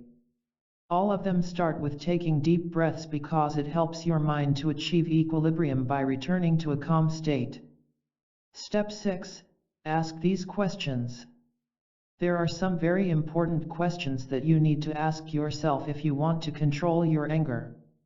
Asking a question is the best way to manage the unknown because it helps you in understanding it. Who or what are you really angry at? This is probably the very first question that needs to be put on the table. What provoked your anger? Was it a person, or was it some situation? Sometimes, you might think that this is the reason behind your anger only to realize after a careful assessment, that it was not the reason at all. It is in the nature of human beings to carry unresolved anger with them and then expose them in a completely unrelated situation. This makes you become angry at someone who didn't do anything at all. So, you need to ask yourself, what is the real reason behind your anger? Do you want to be angry now? It is true that anger doesn't come by choice, and you don't really get to choose to be angry at a particular place or time. It just happens. And usually, anger comes to you or everyone at the most inappropriate moments. So, when you feel that you are angry, you need to ask yourself whether you really want to be angry at that place. Because sometimes, it might be your workplace or any other such important place where your anger can negatively affect your image. Why are you angry? T has been noticed that anger is often a very thoughtless and instinctive reaction, and that is why I am telling you to ask yourself why you are angry in the first place. Sometimes, people don't really have a clue about what the actual underlying issue is. You simply know that you are angry.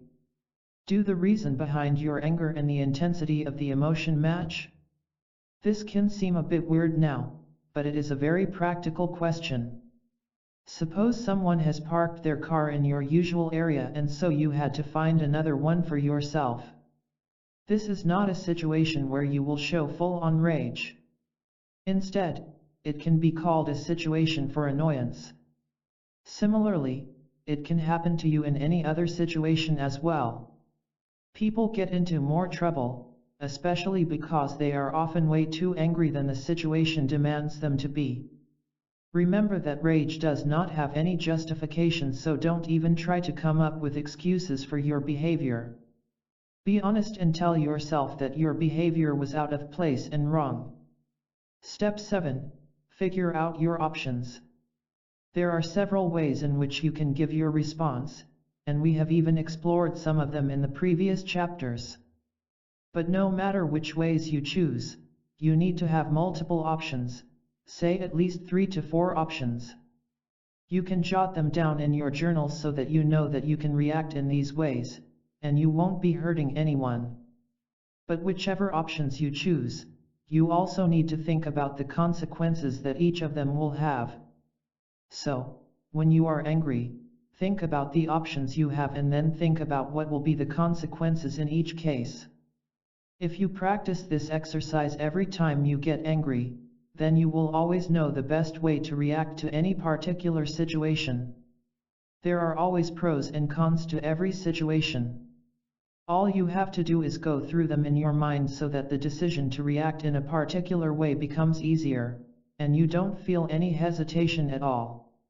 Also, if you are someone who often thinks that you had the right to be angry in a particular situation, then you need to change your way of thinking. It is true that sometimes your anger is justified, but it doesn't mean that you automatically have the right to express your anger in whichever way you deem fit. Step 8. Reward yourself for every achievement.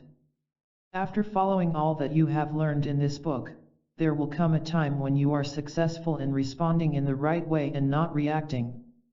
At that moment, you will feel good about yourself, and you need to reward yourself for that achievement. Self-gratification is so important for moving forward in life. You are making a healthy choice, and so you should celebrate it. You will often see parents rewarding their children for every good behavior because that is how human beings function. When they are rewarded, they tend to perform the same thing again for getting that reward. Now, the reward doesn't always have to be something materialistic. It can be simply something like giving a pat on your back and appreciating yourself for all the effort. If you are a book lover or have any such special interests, then you can treat yourself to something like that too. There is another thing that you can do. You can place a jar in your room, and you can put some money into it whenever you do something constructive towards managing your anger. When you see that the jar is filling up, you will get a sense of accomplishment. Step 9. Learn to accept life for what it is. Now that you know how to bring your anger under control, you should also know about some things which will help you not get angry in the first place. One such thing is accepting things the way they are. People stress so much on how they want things to be that they often forget their reality. So, you should start with self-acceptance. In this world of social media, people are so engrossed in other people's lives that they are never fully satisfied with their own. Yes, accepting your own life for the way it is can be hard at first. But you need to make yourself understand that not everything you see on a person's feed is the way they have portrayed it to be. There is so much going on in their life that you don't know about. So, don't be so quick to judge that your life is so miserable while others are having the time of their life. The moment you deny your reality, you are actually losing the potential to create a better future. So, you need to accept things for the way they are. If you want to get to the good stuff in life, you first have to deal with the bad stuff. There is no harm in admitting your mistakes. But at the same time, you should not be too hard on yourself. Treat every mistake as an opportunity to learn new things. Also, you have to own up to the outcomes, both good and bad. Never let your fears get the better of you. Accept all feedback with an open mind. Also, practice keeping a gratitude journal where you can note down all the things for which you are grateful in life. This will help you look up to the positive side of life instead of focusing on the negatives. You need to let go of all those biases which are holding you back. Your reality is not going to be a bed of roses. It is going to be hard and you will have to struggle, but there will always be light at the end of the tunnel. Step 10. Learn to be tolerant. Intolerance is what gives birth to anger. But I am not asking you to tolerate any abuse towards you. What I am asking you to do is practice tolerance towards different viewpoints. When you are angry, you will have thoughts that make you think that the other person is wrong and only you are right.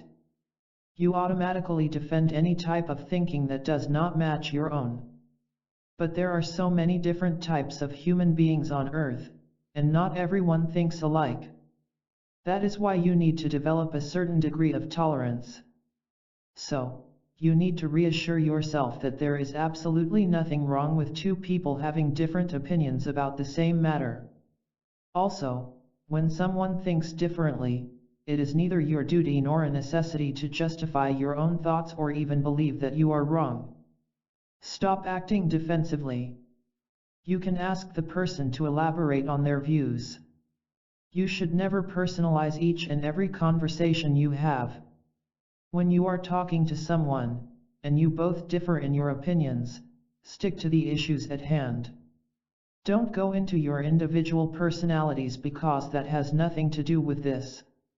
Also, steer clear of any expletives. They will only stunt the scope of productive exchange of ideas and also demean the other person. Avoid any signs that would show the other person that he/she is worthless, for example, rolling your eyes or sighing while they are in the middle of explaining something. Intolerance can be easily corrected, especially because it is something you have learned. So, you can also replace it by learning tolerance. You need to seek diversity. The moment you do that, you will understand that there are so many different things that you don't know about. Try to be adventurous in your life and read new books that will give you exposure to other cultures and expand your knowledge. You can also try to hang around with new people at parties and strike a conversation with them. In this way, you will get to know others and their varying opinions. You can also visit museums if you are into literary stuff. Seeking diversity is not that tough, especially in today's age, where you simply have to open Google, and you have all the answers at your fingertips. Anger management techniques. You will hear many people that they want to stop screaming and yelling at others, but how many of them really want to? They know that it is bad for them and also for the people around them, but at the end of the day, they do not do much to manage their anger. So, if you think you are ready to put the energy and effort required in managing your anger, then here are 10 techniques that will really be helpful. Number 1. Adjust your lifestyle. So, if you are reading this book, that means you have decided to do something about your anger, and you should start by analyzing your daily routine. You will definitely find things that can be tweaked a bit to reduce your anger. When people are trying to find their anger triggers, they often overlook their immediate environment and lifestyle. Firstly, let us start with environmental factors.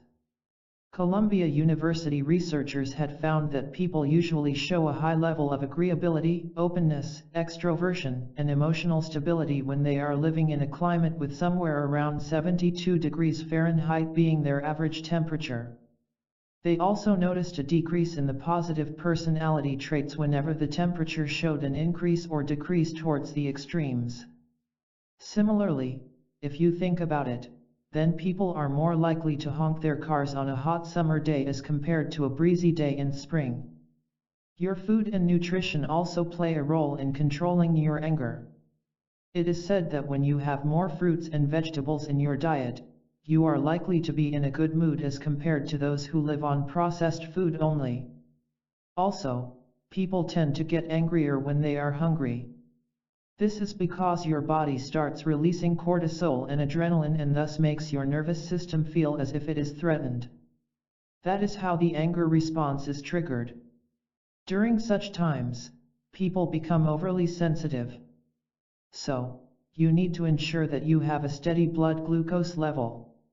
Then there comes alcohol, and you need to keep in mind that the reaction to alcohol is different for everyone. There are some people who become very non-reactive to any form of interaction in social surroundings and behave rather lethargically, especially when they have alcohol at dinner time. But there are others who tend to become aggressive. Also, it is like a vicious cycle.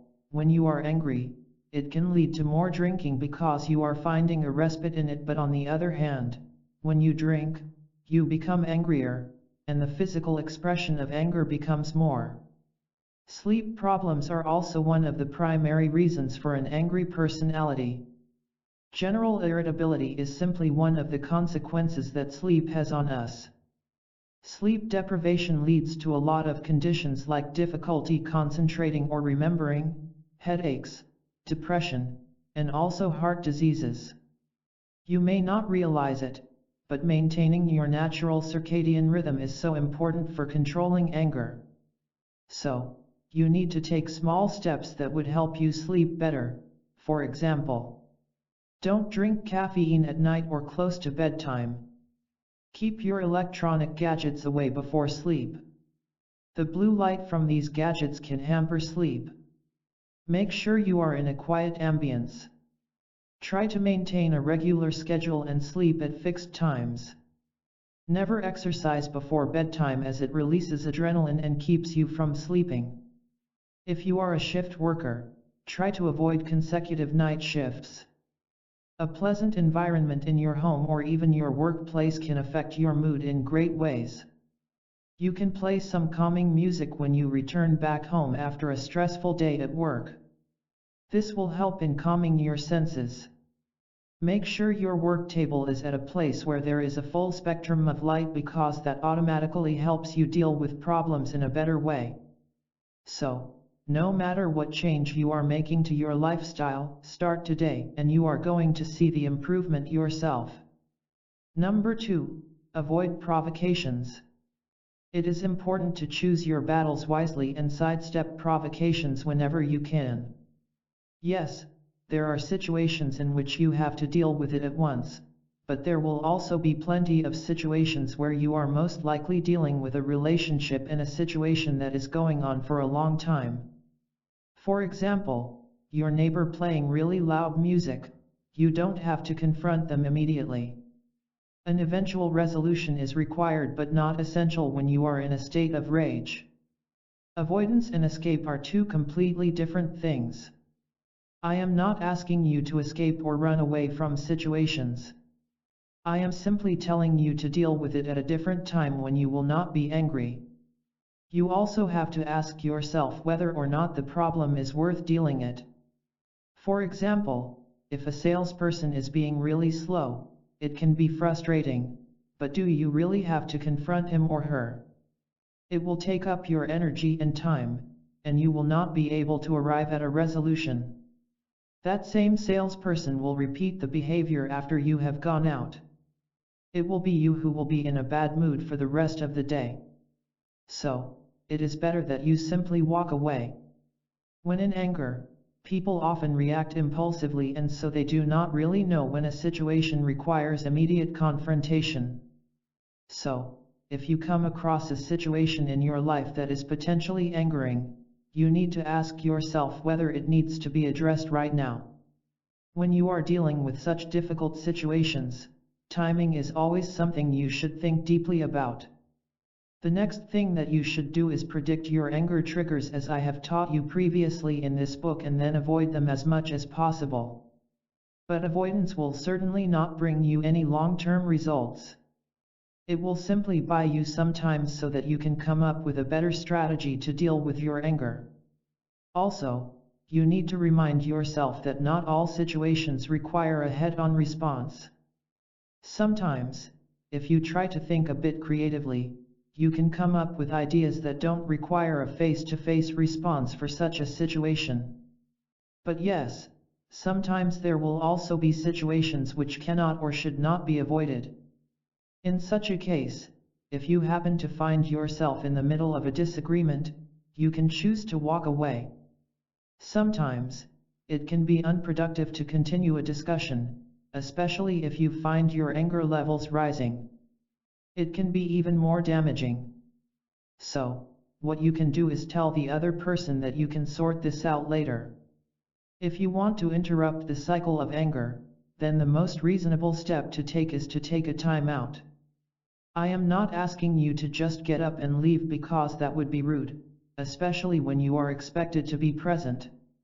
So, you need to analyze situations, and if you think that it is going towards the wrong direction which can get you all angry, then you need to politely say that you are short on time, and so you would be happy to continue the conversation some other time. Also, stop thinking about a problematic situation over and over again. Distract your mind with something you love. Escape and avoidance are not permanent solutions, but they would definitely help you take the first step towards staying out of anger-triggering situations. Number 3. Find better solutions to your social problems. As you know that struggles will always be a part of your life no matter what you do, but a part of growth also involves you to take matters into your own hands and find better solutions. I have said this time and again, and I'll say it once more, that learning to express your anger constructively can make all the difference. But for that, you need to be willing to try out new approaches in life and not just stick to what you commonly do. The way your life turns out to be is in some ways related to how you react. You have to take lessons from what you did in the past and gain wisdom so that you can come up with better solutions in the future. One of the major downsides about the emotion of anger is that it tends to suck people in, and people actually get stuck. They forget all their sanity and don't even ask the basic questions like, is it even worthy of being angry upon? So, over time, people usually have their own particular way of dealing with problems, and whenever they face difficulties, they are consistent with using the same strategy. The pattern with which they react somehow merges with their personality and becomes one. According to psychological research, it is said that people usually have one positive approach for every 2 negative approaches in life. So, you need to remove all the doubts that you have and believe in yourself when it comes to your problem-solving skills. You need to be optimistic and have patience. Your anger should not rule the decisions you make. Firstly, start with identifying the problem at hand. You might be having multiple problems at a time. In that case, deal with them one by one. Once you have identified what your problem is, it is now your duty to brainstorm some potential solutions. At first, you might even think of solutions that can make matters worse. If that is the case happening with you, it is time that you start brainstorming even more persistently, and eventually, you will come up with better solutions. Also, generate a range of alternative solutions too. After that, note down all the short-term outcomes that are possibly going to come your way. These are usually the responses that others are going to give. Sometimes, short-term outcomes may not be as clear as you imagine them to be. In that case, you can always make a well-informed and educated guess about what can happen with your response. Your aim should be to construct such a response which has the maximum chance to occur. Then, it is time to figure out the long-term outcomes. These outcomes occur over days, weeks, months, or even years. 4. Example: if you are angry at your neighbor and end up vandalizing their fence when they are not at home, it might give you some satisfaction at that moment, but in the long term, it will put you in a problem with the law. Also, be realistic when you are guessing all these things. All of this will help you in figuring out the best course of action. When you follow all these steps, you won't end up choosing a course of action that you cannot actually implement because of the lack of skills. Number 4. Change your perspective about life. You can only try your best to remain calm in the face of challenges and problems, but that doesn't mean that your life will be free of them. Whether it is unfair treatment at work or school, sudden misfortune in finance, or false gossips doing rounds, there will always be something or the other coming up. It is actually your thinking that gives birth to anger in the first place. Your way of thinking and your observation of a particular situation is what makes you angry. This is also known as self-defeating behavior, and it has to be dealt with before it causes way too harm. So, if you want to change your perspective about life, you first have to become skeptical. Human beings are often unaware of all those thoughts going on in their head. So, sit calmly for about a minute and simply observe the thoughts that come and go in your mind.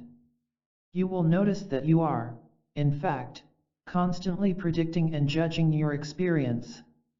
There will be some thoughts that are quite easy to identify, but there will also be those thoughts that are operating at a level that is below your consciousness, and these thoughts are hard to catch. But if you are willing to know your inner self, then you have to try and get in contact with those thoughts that are present in your subconscious. Another thing that you have to work on is your habit of making assumptions. Human beings often tend to believe what they assume to be the truth rather than what is the truth.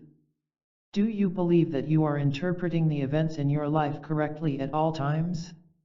If so, then you need to get out of that way of thinking, because it is not possible for any person to predict the rightful thing at all times. Instead, try to know what the version of the truth is for those around you, and then you will get exposure to a greater number of perspectives. Next, you need to identify the thoughts that are going on inside your head while you are angry. There will be some thoughts that are completely irrational, and your duty is to find positive and rational alternatives to them. One such common toxic thought pattern is demandingness, and if you identify that in yourself, then you need to replace it with being more flexible. If you use words like has to and must, then you need to work on your vocabulary and avoid the usage of these words. It is one thing to suggest but another thing to insist on. If you have the habit of being too hard on yourself even when you make the smallest mistakes, then it is time that you start loving yourself. You have to accept your fallibility and know that one small mistake does not automatically make you a bad person. Also, if you want to make a great impact on your thinking patterns and adopt a new perspective, then you will have to work on it on a daily basis. If there are multiple thinking patterns that need correction, you can start with one and then work your way up to the others. Once you are confident about changing one single thought pattern, you can move on to the others. You need to resist the urge to draw negative conclusions from the simplest of matters. Always consider the alternatives before you jump to any extreme thought. Number 5. Let it go. Acceptance and commitment are two things that will really help you in your journey of anger control. Acceptance is when you are aware of your thoughts, and you know that you are angry but you decide not to give in to them. Thoughts are usually automatic and they are triggered by some situation. It is very easy to give a safe passage to your thoughts after which they start controlling your angry reactions. But this can also lead to vengeful behavior and continued rumination. So, you need to think of the alternate option that you have in hand, and that is to realize that your thoughts are neither real nor fake. They are simply your thoughts, and you can choose to move past them. Don't let the thoughts in your head bully you into doing something that you know you will regret later. Start developing a curious and open attitude towards your thoughts and be an observer. The next thing that you have to do, weigh your priorities, and you will often find that your angry thoughts and the urge to act upon them are not as important as something else, like the next big project. So, never undermine your values, because, at the end of the day, your values will guide you home and not let you do anything that doesn't go with your character. So, the next time you are angry, you need to pick a response that would match your character and your values and not what your thoughts want you to do. There are so many autopilot reactions in your body, and physical manifestation of anger is just one of them. So, your duty is to move away from them. Slow down and think about what you are going to do. Is it something of the highest priority for you? Your thoughts are not what defines your reality, but your actions do, so be careful about how you react. When someone calls you out with nasty words, you need to keep your calm. Words cannot do anything to you if you don't let them. They are simply words. You need to remind yourself that there are two choices open in front of you. You can take those words to heart and display a strong reaction, or maybe a physical assault in response to those words. Or, you can let your thoughts flow through your mind, because, at the end of the day, those are just words. If someone calls you a bad name, you do not become a bad person. Remember that, always. Suppose your child is making mischief. What do? Do you yell at him or make him understand nicely? If you have anger issues, you'll probably end up yelling, but at that moment, you have to remind yourself of your core values. You are a parent, and so obviously, you would want to be someone who is wise. So, your core values should be about being caring and supportive. If your child doesn't want to do maths because he wants to draw pictures, you need to let him do that. You can ask him to complete his maths homework later. Number 6, learn to forgive. Forgiveness is very important if you want to move on and handle your anger in a better way. If you do not learn to forgive, then you will end up replaying the same events over and over again in your head and keep ruminating on it. You will never forget it and hold on to the grudge. When you are dealing with misfortune in life or even unfairness, having an unforgiving response is not what is going to help you through it. Instead, having such a response leaves you powerless as you keep on playing the role of the victim, and the memory of how you were hurt gets jogged up. This further prevents you from having any happy moments in your future. Also, since it keeps fueling your anger, you might develop a self-defeating attitude that will ultimately stunt personal growth. Also, when angry people have an unforgiving attitude, they also seek revenge. Now, revenge is not always what you think of it to be. It is not always fantasy, as sometimes revenge is present in the most commonplace of things, like deliberately making it difficult for someone to achieve something. Or, sometimes revenge is about gossiping and spreading rumors about a person you don't like. It is true that you might not develop a sense of forgiveness all of a sudden. It is not a switch that can be turned on. You need to practice it over time in order to make sure that it takes effect. It involves a major shift in your mentality too. You are trying to understand why a person did what he or she did, even though you are hurt. But once you learn to forgive, you will go into a much calmer state of mind, and you will also find yourself making better decisions. But in order to learn how you can forgive someone, you first have to uncover the anger that is lying within you. You need to be fully aware of the trigger for your anger. You have to discuss the reasons behind your anger with someone you trust. The moment you do that, it will become much easier for you to uncover it and re-evaluate the deeper feelings and emotions lying underneath it. Now, you need to decide from the bottom of your heart that you really want to forgive. You need to remember that although sometimes anger can be the legitimate response to what happened, it doesn't really help you in any way when it comes to improving your relationship with others. No matter how many reasons you put up to justify your anger, you will realize that in the long term, it doesn't really matter. Sometimes, the notion of forgiveness is so unacceptable and foreign to people that they reject it right away. When you forgive someone, you are actually releasing the anger from your body and you are no longer allowing the anger to control you. The anger then becomes a part of your life and not something that defines it. But if you think that why should you forgive someone who did injustice to you, remember that forgiveness does not mean you are excusing someone's wrongdoing or accepting mistreatment. It does not have anything to do with passive acceptance either. But people often mix up the meaning of forgiveness with all these terms, and so I just wanted to make sure that you don't make the same mistake as well.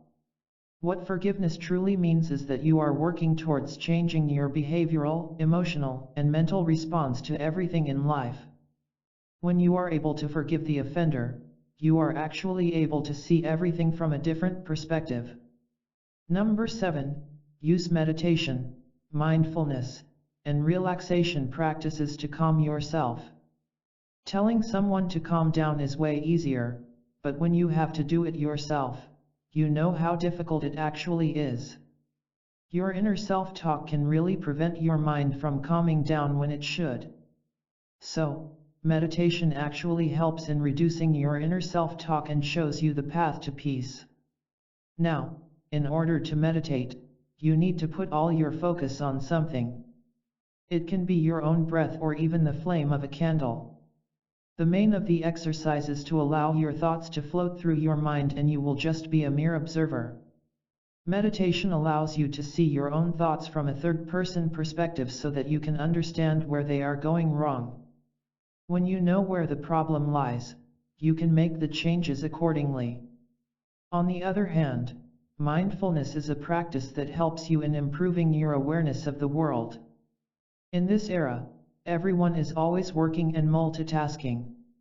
So, mindfulness helps you to bring back your focus and be aware of what you are doing in life.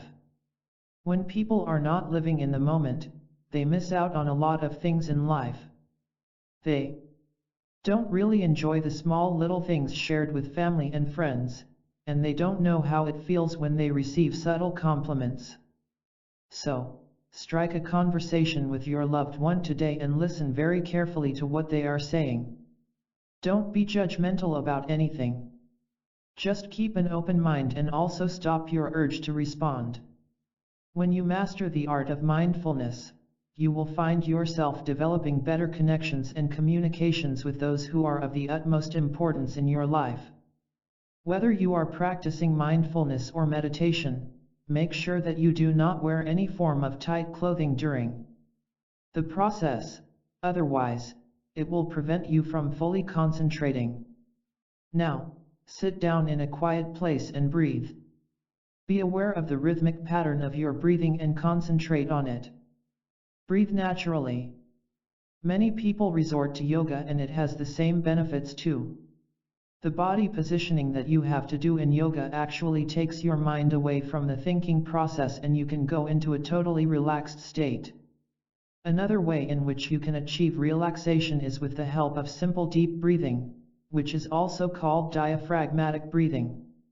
If you notice carefully, then you will know that when you get angry, your breathing tends to get shallow and rapid. But this breathing practice can help you counteract that response. But you need to breathe from your diaphragm. Keep a book on your abdomen and then lie down on the ground. If you are successful in breathing through your abdomen, the book will make up and down movements. Practice it for a few days and you will get it right. You can also do some form of prayer or chanting. It has been seen in various forms of research that repetitive chanting of a prayer evokes relaxation in human beings. It helps a lot in reducing bodily arousal. There is rhythmic and deep breathing associated with any form of chanting that requires you to perform muscular or verbal repetition. If none of the above-mentioned procedures work for you, then you can simply go out for a walk in nature. Or, you can get a massage or a hot bath because water has therapeutic properties too. For massage, if you don't like a stranger touching your body, then you can get those electric massage devices and get it done at home by yourself. Number 8. Learn exposure techniques. Now, before I move on to the details of exposure techniques and how you can learn them, there are certain situations in which I would advise you not to go for these techniques, and they are as follows. You do not have the motivation or commitment required to change the way you respond to anger. In such cases, the exposure technique can actually backfire. When you know that you are into substance misuse. If you are regularly drinking alcohol or doing drugs, then it can be a problem to manage your emotions. When you are at a certain level of intoxication, your behavior and emotions become unpredictable, and in those cases, applying exposure techniques cannot help you. When you are agitated or depressed. Some people go into serious depression while they are suffering from anger issues, and if you happen to be one of them, exposure techniques might not be a good idea for you. You can try at basic levels, but you need to discontinue the moment you feel that these techniques are making you feel worse. If you are at a stage where you cannot control your urges of showing aggressive behavior. In such a case, implementing exposure techniques might actually lead to someone getting hurt. But in case you want to still try it out, make sure you do so under the supervision of someone responsible.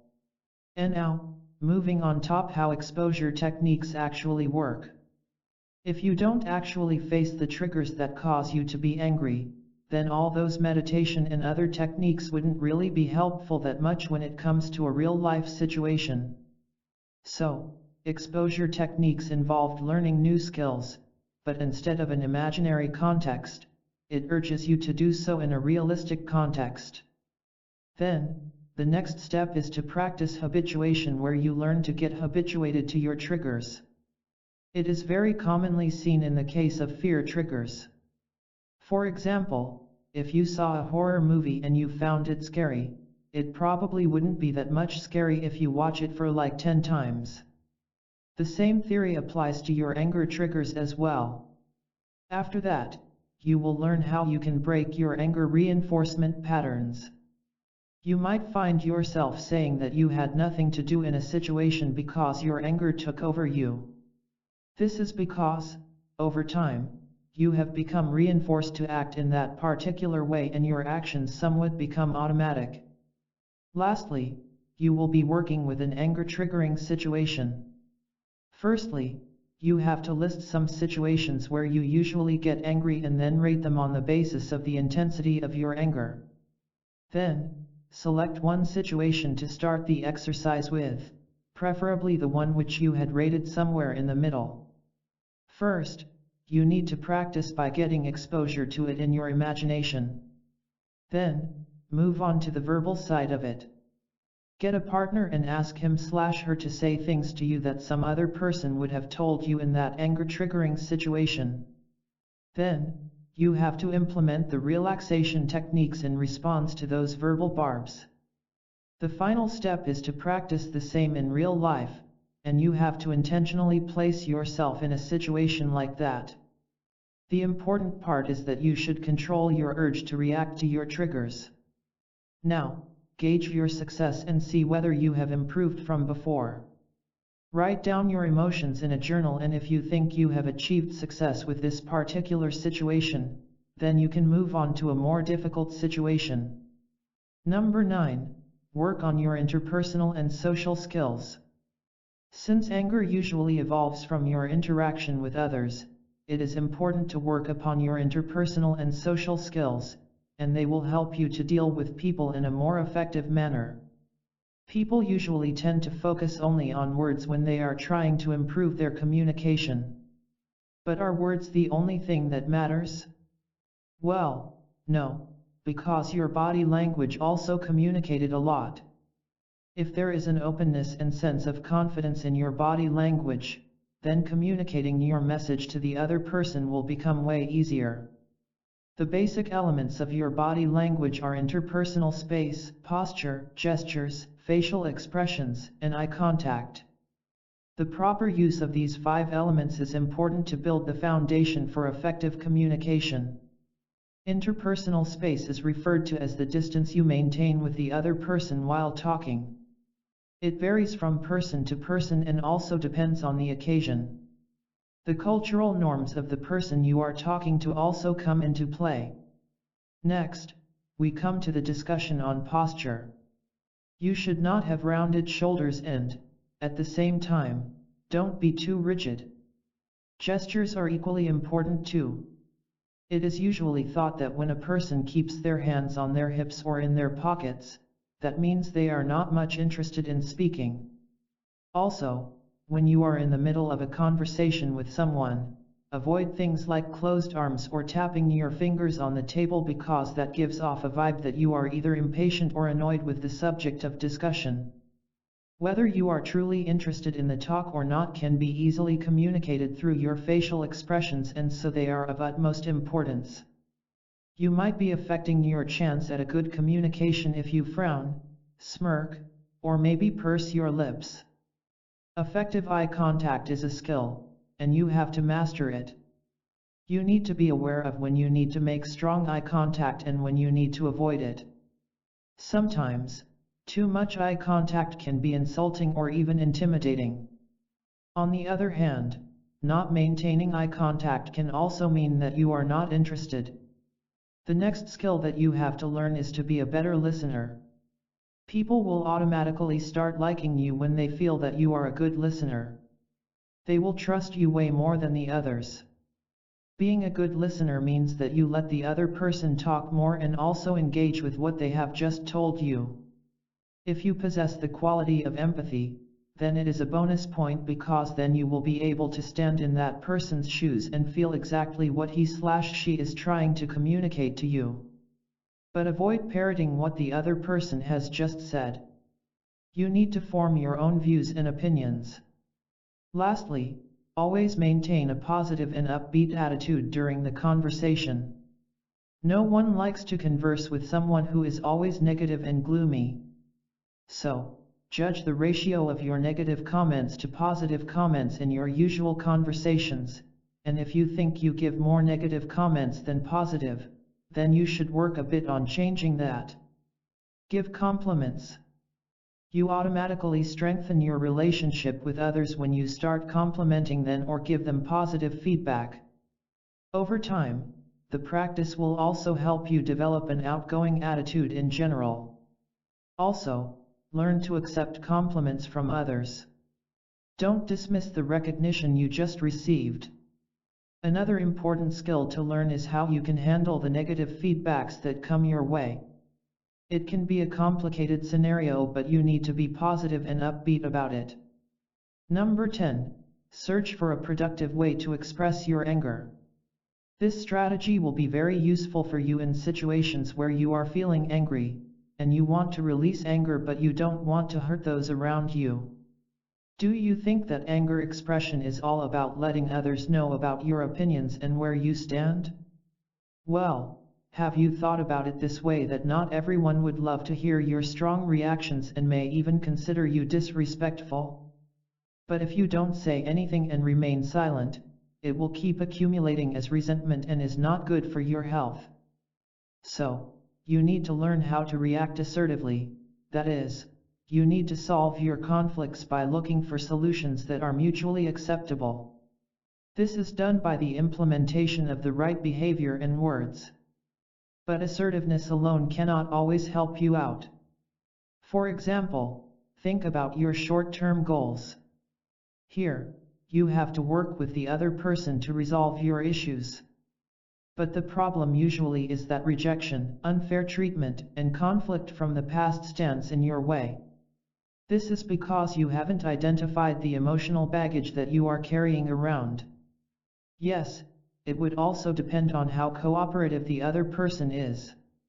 But when it comes to your long-term goals, there you have to come with an automatic response to your problems. Now, you might be thinking, what does it mean to behave assertively? Well, it is quite simple. It means that you are ready to be honest and direct about your feelings in an appropriate manner. So, basically, there are 3 steps to it which are as follows.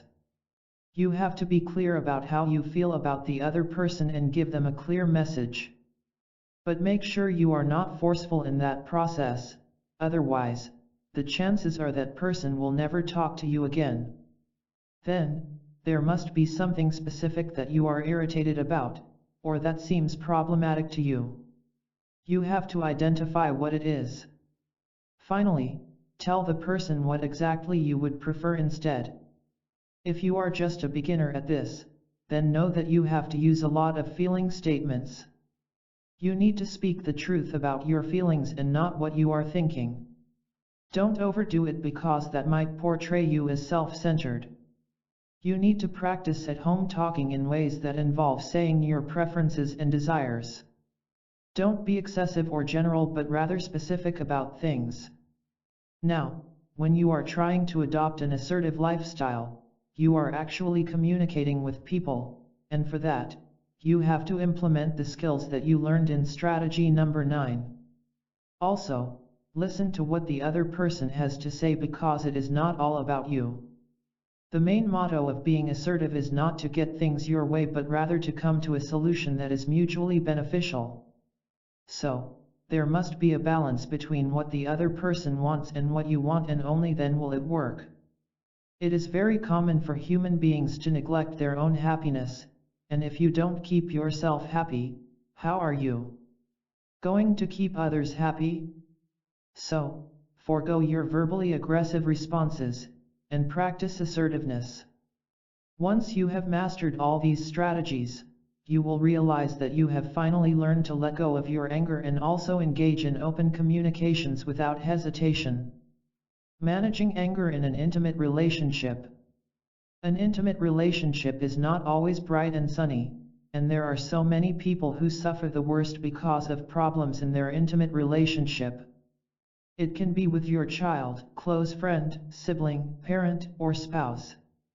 In this chapter, you will learn all about anger management and how it is done in the case of intimate relationships. You will learn how not to be contemptuous while communicating and the way in which you can set healthy boundaries. When we speak about domestic violence, the first picture that comes to everyone's mind is a violent husband beating up his wife. But domestic violence is not limited to that single relationship. It can be your father who has mistreated you your entire life, or the same thing with your sibling. When you love someone, and yet that person behaves in a violent manner, then such relationships are the most difficult ones to deal with. Violence among intimate partners. There is a term that is used to describe such a relationship, and it is called IPV, or intimate partner violence. It is when you are being emotionally, physically, or sexually hurt by the person you love or dating. The people who have become victims of IPV also have a tendency to develop other behaviors that are self-destructive in nature. For example, the use of cocaine, suicide, unplanned pregnancy, binge drinking, smoking, or even unsafe sex.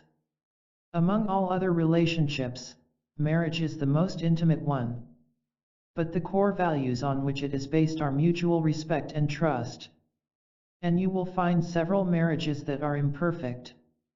Even though the couple might have started their journey as newlyweds who were so in love, but they can end up being stuck in an angry marriage. But if you are not sure whether you can call yourself as an angry couple or not, you can ask these questions to yourself. Do you quarrel or get angry with your spouse at least once a day? How would you rate your quarrels and their intensity on a scale of 1 to 10, where 1 is mildest, and 10 is the strongest? Have you or your spouse ever got violent and pushed or shoved each other? Do you often hurl bad words and inflammatory language at each other? If the answer to all or some of these questions were yes, then it is safe to say that you both are definitely an angry couple. Anger in parent-child relationships. There is a lot of scope for anger in the case of a parent-child relationship, and it is mainly because you are responsible for grooming a child, and it can happen that your child is mischievous. And so he is not listening to you. Although some amount of anger is usually normal, sometimes the anger can get out of control or last way too long than expected. But you must also know that it is not always the parents who are too angry and cause tension in the relationship. Sometimes, parents are themselves the victims of their child's anger. Anger among siblings. There is always some power struggle or jealousy going on among all siblings. In today's world, people are very concerned about incidences regarding bullying, and it often leads to things like depression and low esteem. But there is a start to everything, and so does bullying. Steps to deal with anger in intimate relationships. The most difficult thing about dealing with anger in intimate relationships is the fact that all those people that are present around you are those for whom you care the most. There can actually be two situations. In one of them, it is you who is angry, and in the other one, you are the victim. But the incentive here is that the anger involved is with a person you love, and so you know that the precious relationship is at stake, which means you will put the effort necessary to manage the situation. In this section, you will learn all about anger in intimate relationships and also the things you can do to take control of the situation. You fear that you will become the person you hate. It is often seen that people undergo a change when they are involved in an intimate relationship. The change is that you end up being the person you hate so much. In the beginning, it might be the other person who was displaying excessive anger, but over time, you might get the feeling that you have to level the playing field, and so you end up becoming the person you hate. Of course, it will not happen in a day and will take a lot of time. Remember that two wrongs never make it right. You have to remember that one angry person is already a big problem to deal with in an intimate relationship. So, if it is the other person who has anger issues, you have to learn to keep your calm. When both of you are angry, things can easily get out of control. Learn to set boundaries. Boundaries are very much essential to maintain healthy relationships. When you set boundaries, you are actually setting limits that will tell you when you have gone too far. Some of the things that you can do to set boundaries are as follows. If you think that your anger levels have gone too high for you to control or that it has become too intense, then it's time that you walk away. Remember how I asked you to measure your anger on a scale of 10? You have to do that every time you are angry, and if you rate yourself a 7 or higher, then that means it is time for you to take a break and walk away. You have to make yourself understand that committing acts of physical violence never solves anything. You should be setting a limit on the amount of anger you should express. When you think that you are taking your anger expression to the next level onto rage, that is when you have to stop. You need to make your stand very clear when it comes to a matter of respect. You need to demand equal respect in all intimate relationships. So, if you decide to restrain yourself from getting angry, your partner should do the same, and if they don't, you should ask them to. No matter what you are trying to say to your partner, your tone is very important. If you raise your volume, the message automatically gets lost. It is okay to let the person you love have the last word.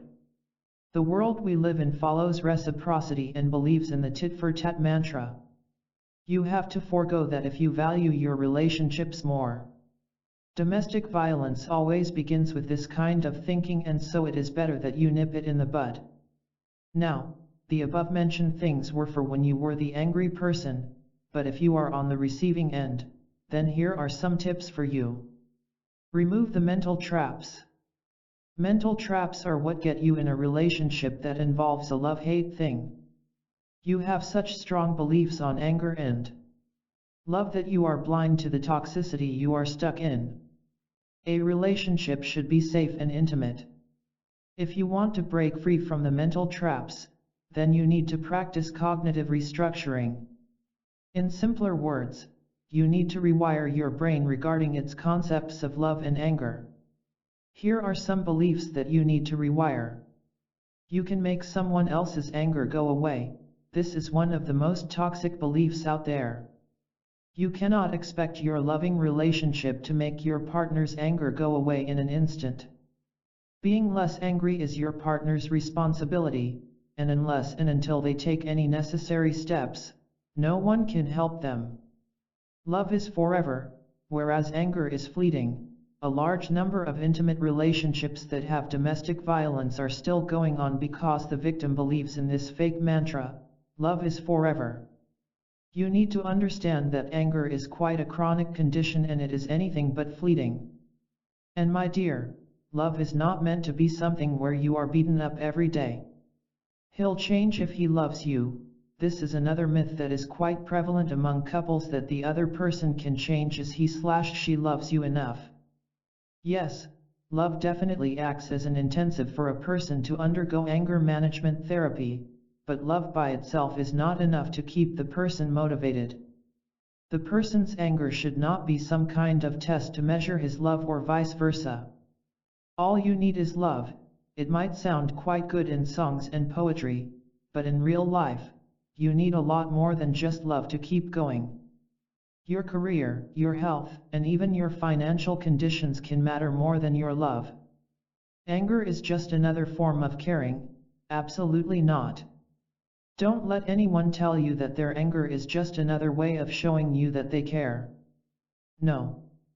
That is utter rubbish. The only thing angry people care about is themselves, their ego, and their own good.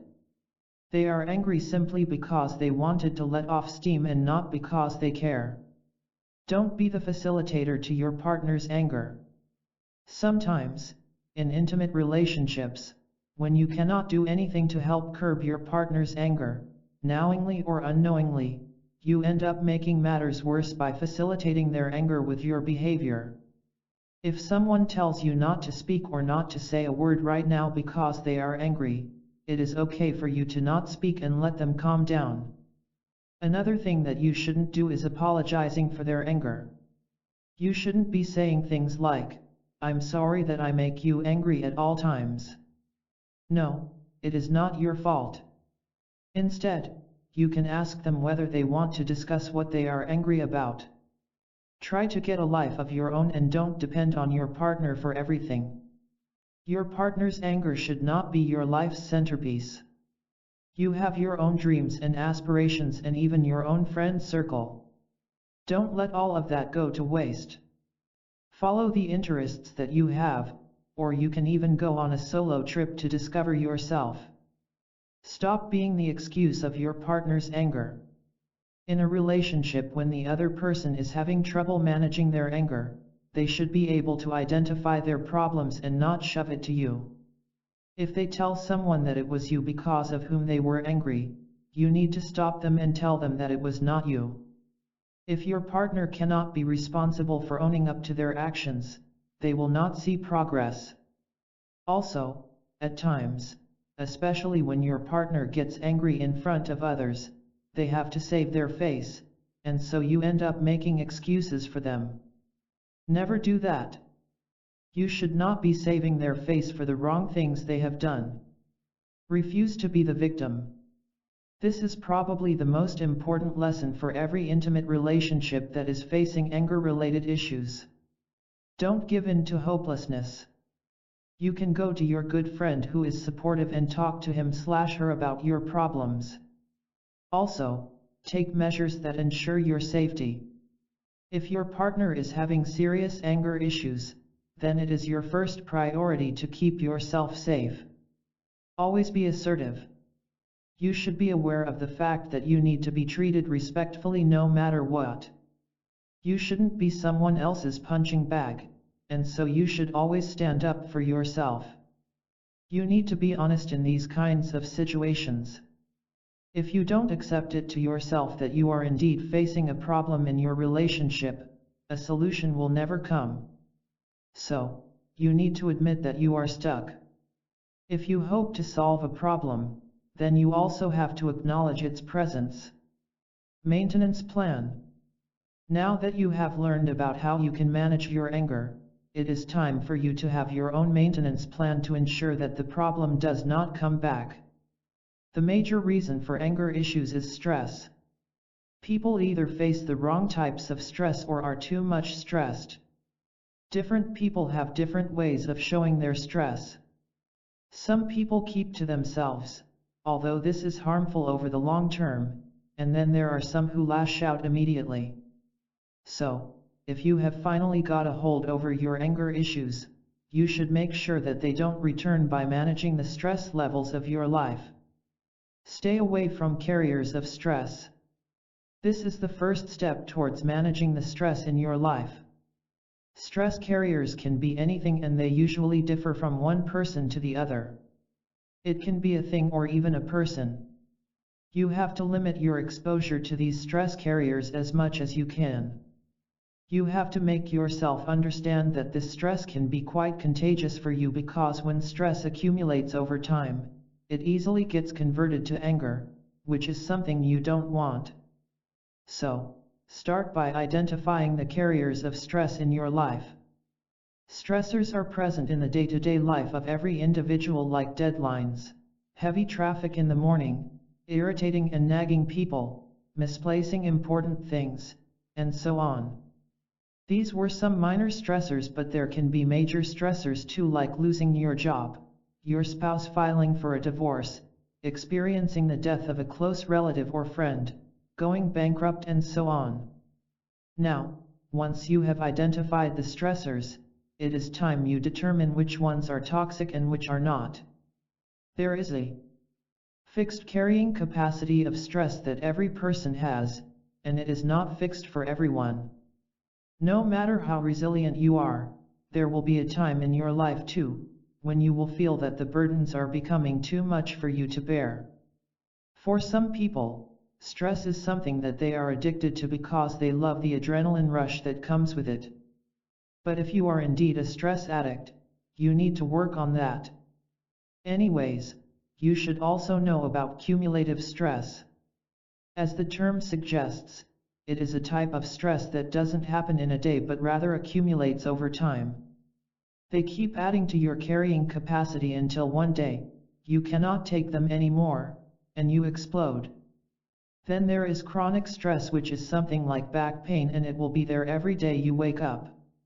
Some examples are obesity, poverty, domestic violence, and so on.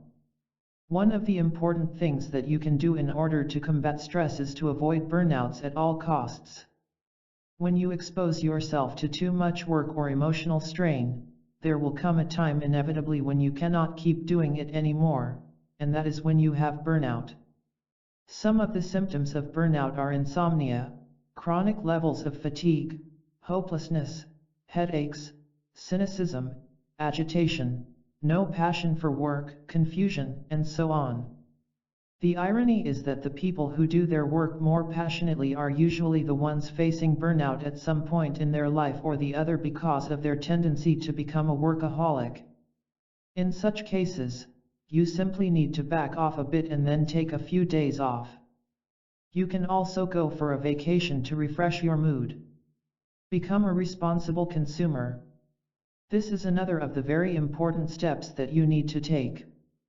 Your internal environment matters a lot when it comes to managing your anger, and in order to maintain that environment, you need to keep a check on the things that you are consuming. Some common chemical substances that people take can have adverse effects if not taken within control, and these are alcohol, caffeine, and nicotine. Yes, they are not illegal, but that doesn't mean you will have them in endless amounts. They are not at all healthy. Cigarettes are legal, but you all know how they can cause untimely death and can easily become an addiction. Alcohol is legal too, but when consumed in excess amounts, it causes incidents like car accidents, domestic violence, or even simple anger outbursts. Then, there is caffeine, which is the most commonly used one, as people think it won't harm you, but it does. It hampers your sleep cycle when taken at the wrong time, and it also raises your blood pressure.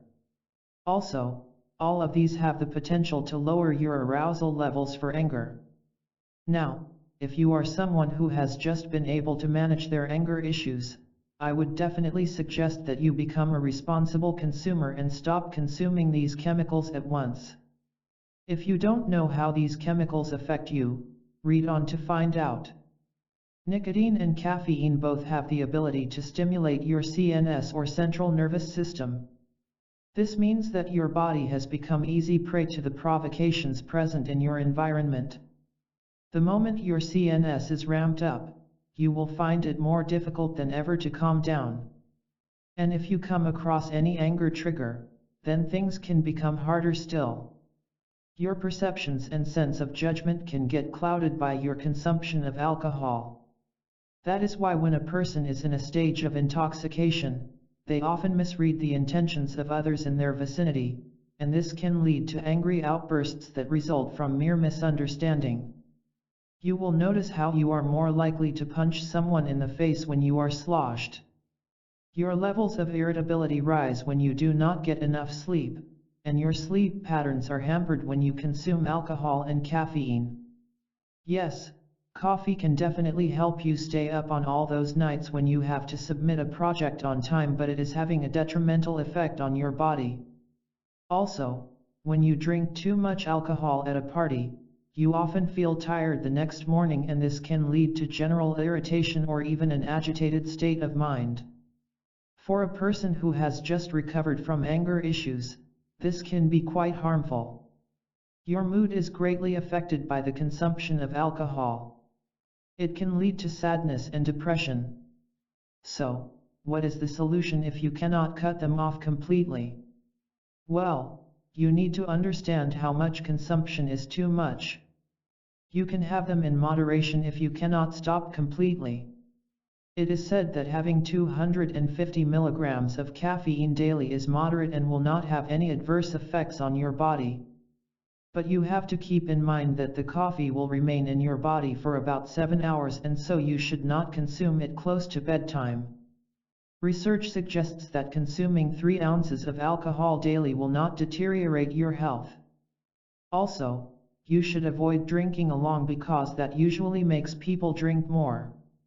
Make sure you have already eaten your food before drinking. This is because the food will absorb a lot of alcohol and then prevent it from wreaking havoc on your CNS. But when it comes to smoking, I would definitely urge you to stop it completely.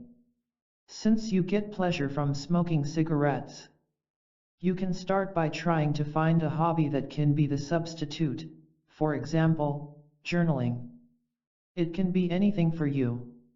It can be watching movies or even listening to songs or hitting the gym. You need to develop an inner mantra that will talk you out of the urge to smoke. Get good sleep. Getting the right amount of sleep every day is so important for maintaining your balanced state of mind. Have you ever seen a baby that has not got enough sleep? It has a cranky attitude and keeps crying and shouting. Well, the same goes for adults who do not get enough sleep daily. Maintaining proper sleep hygiene is such an important part of anger management, and people often overlook it.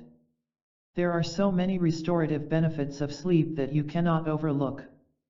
It not only helps you psychologically but also physically. When you get enough sleep, you become ready for the next day and you are all geared up to tackle whatever comes your way. Your energy reserves are restored and you are in a good mood right from the morning. So, first, you need to know how much sleep you actually need.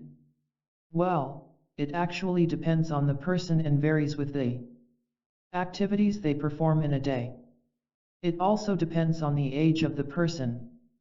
For older adults, the requirement of nighttime sleep is less because of the daytime naps they take. For a baby of 1 to 24 months, the average sleep required is 16 to 18 hours. For a kid of 2 to 11 years, it is 10 to 11 hours of sleep.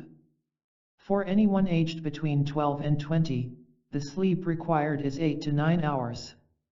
Lastly, for adults aged 21 and older, the sleep required is 7 to 8 hours.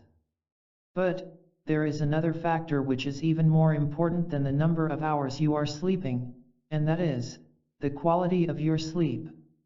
You might not always have a good sleep even if you laid down for 8 hours in your bed.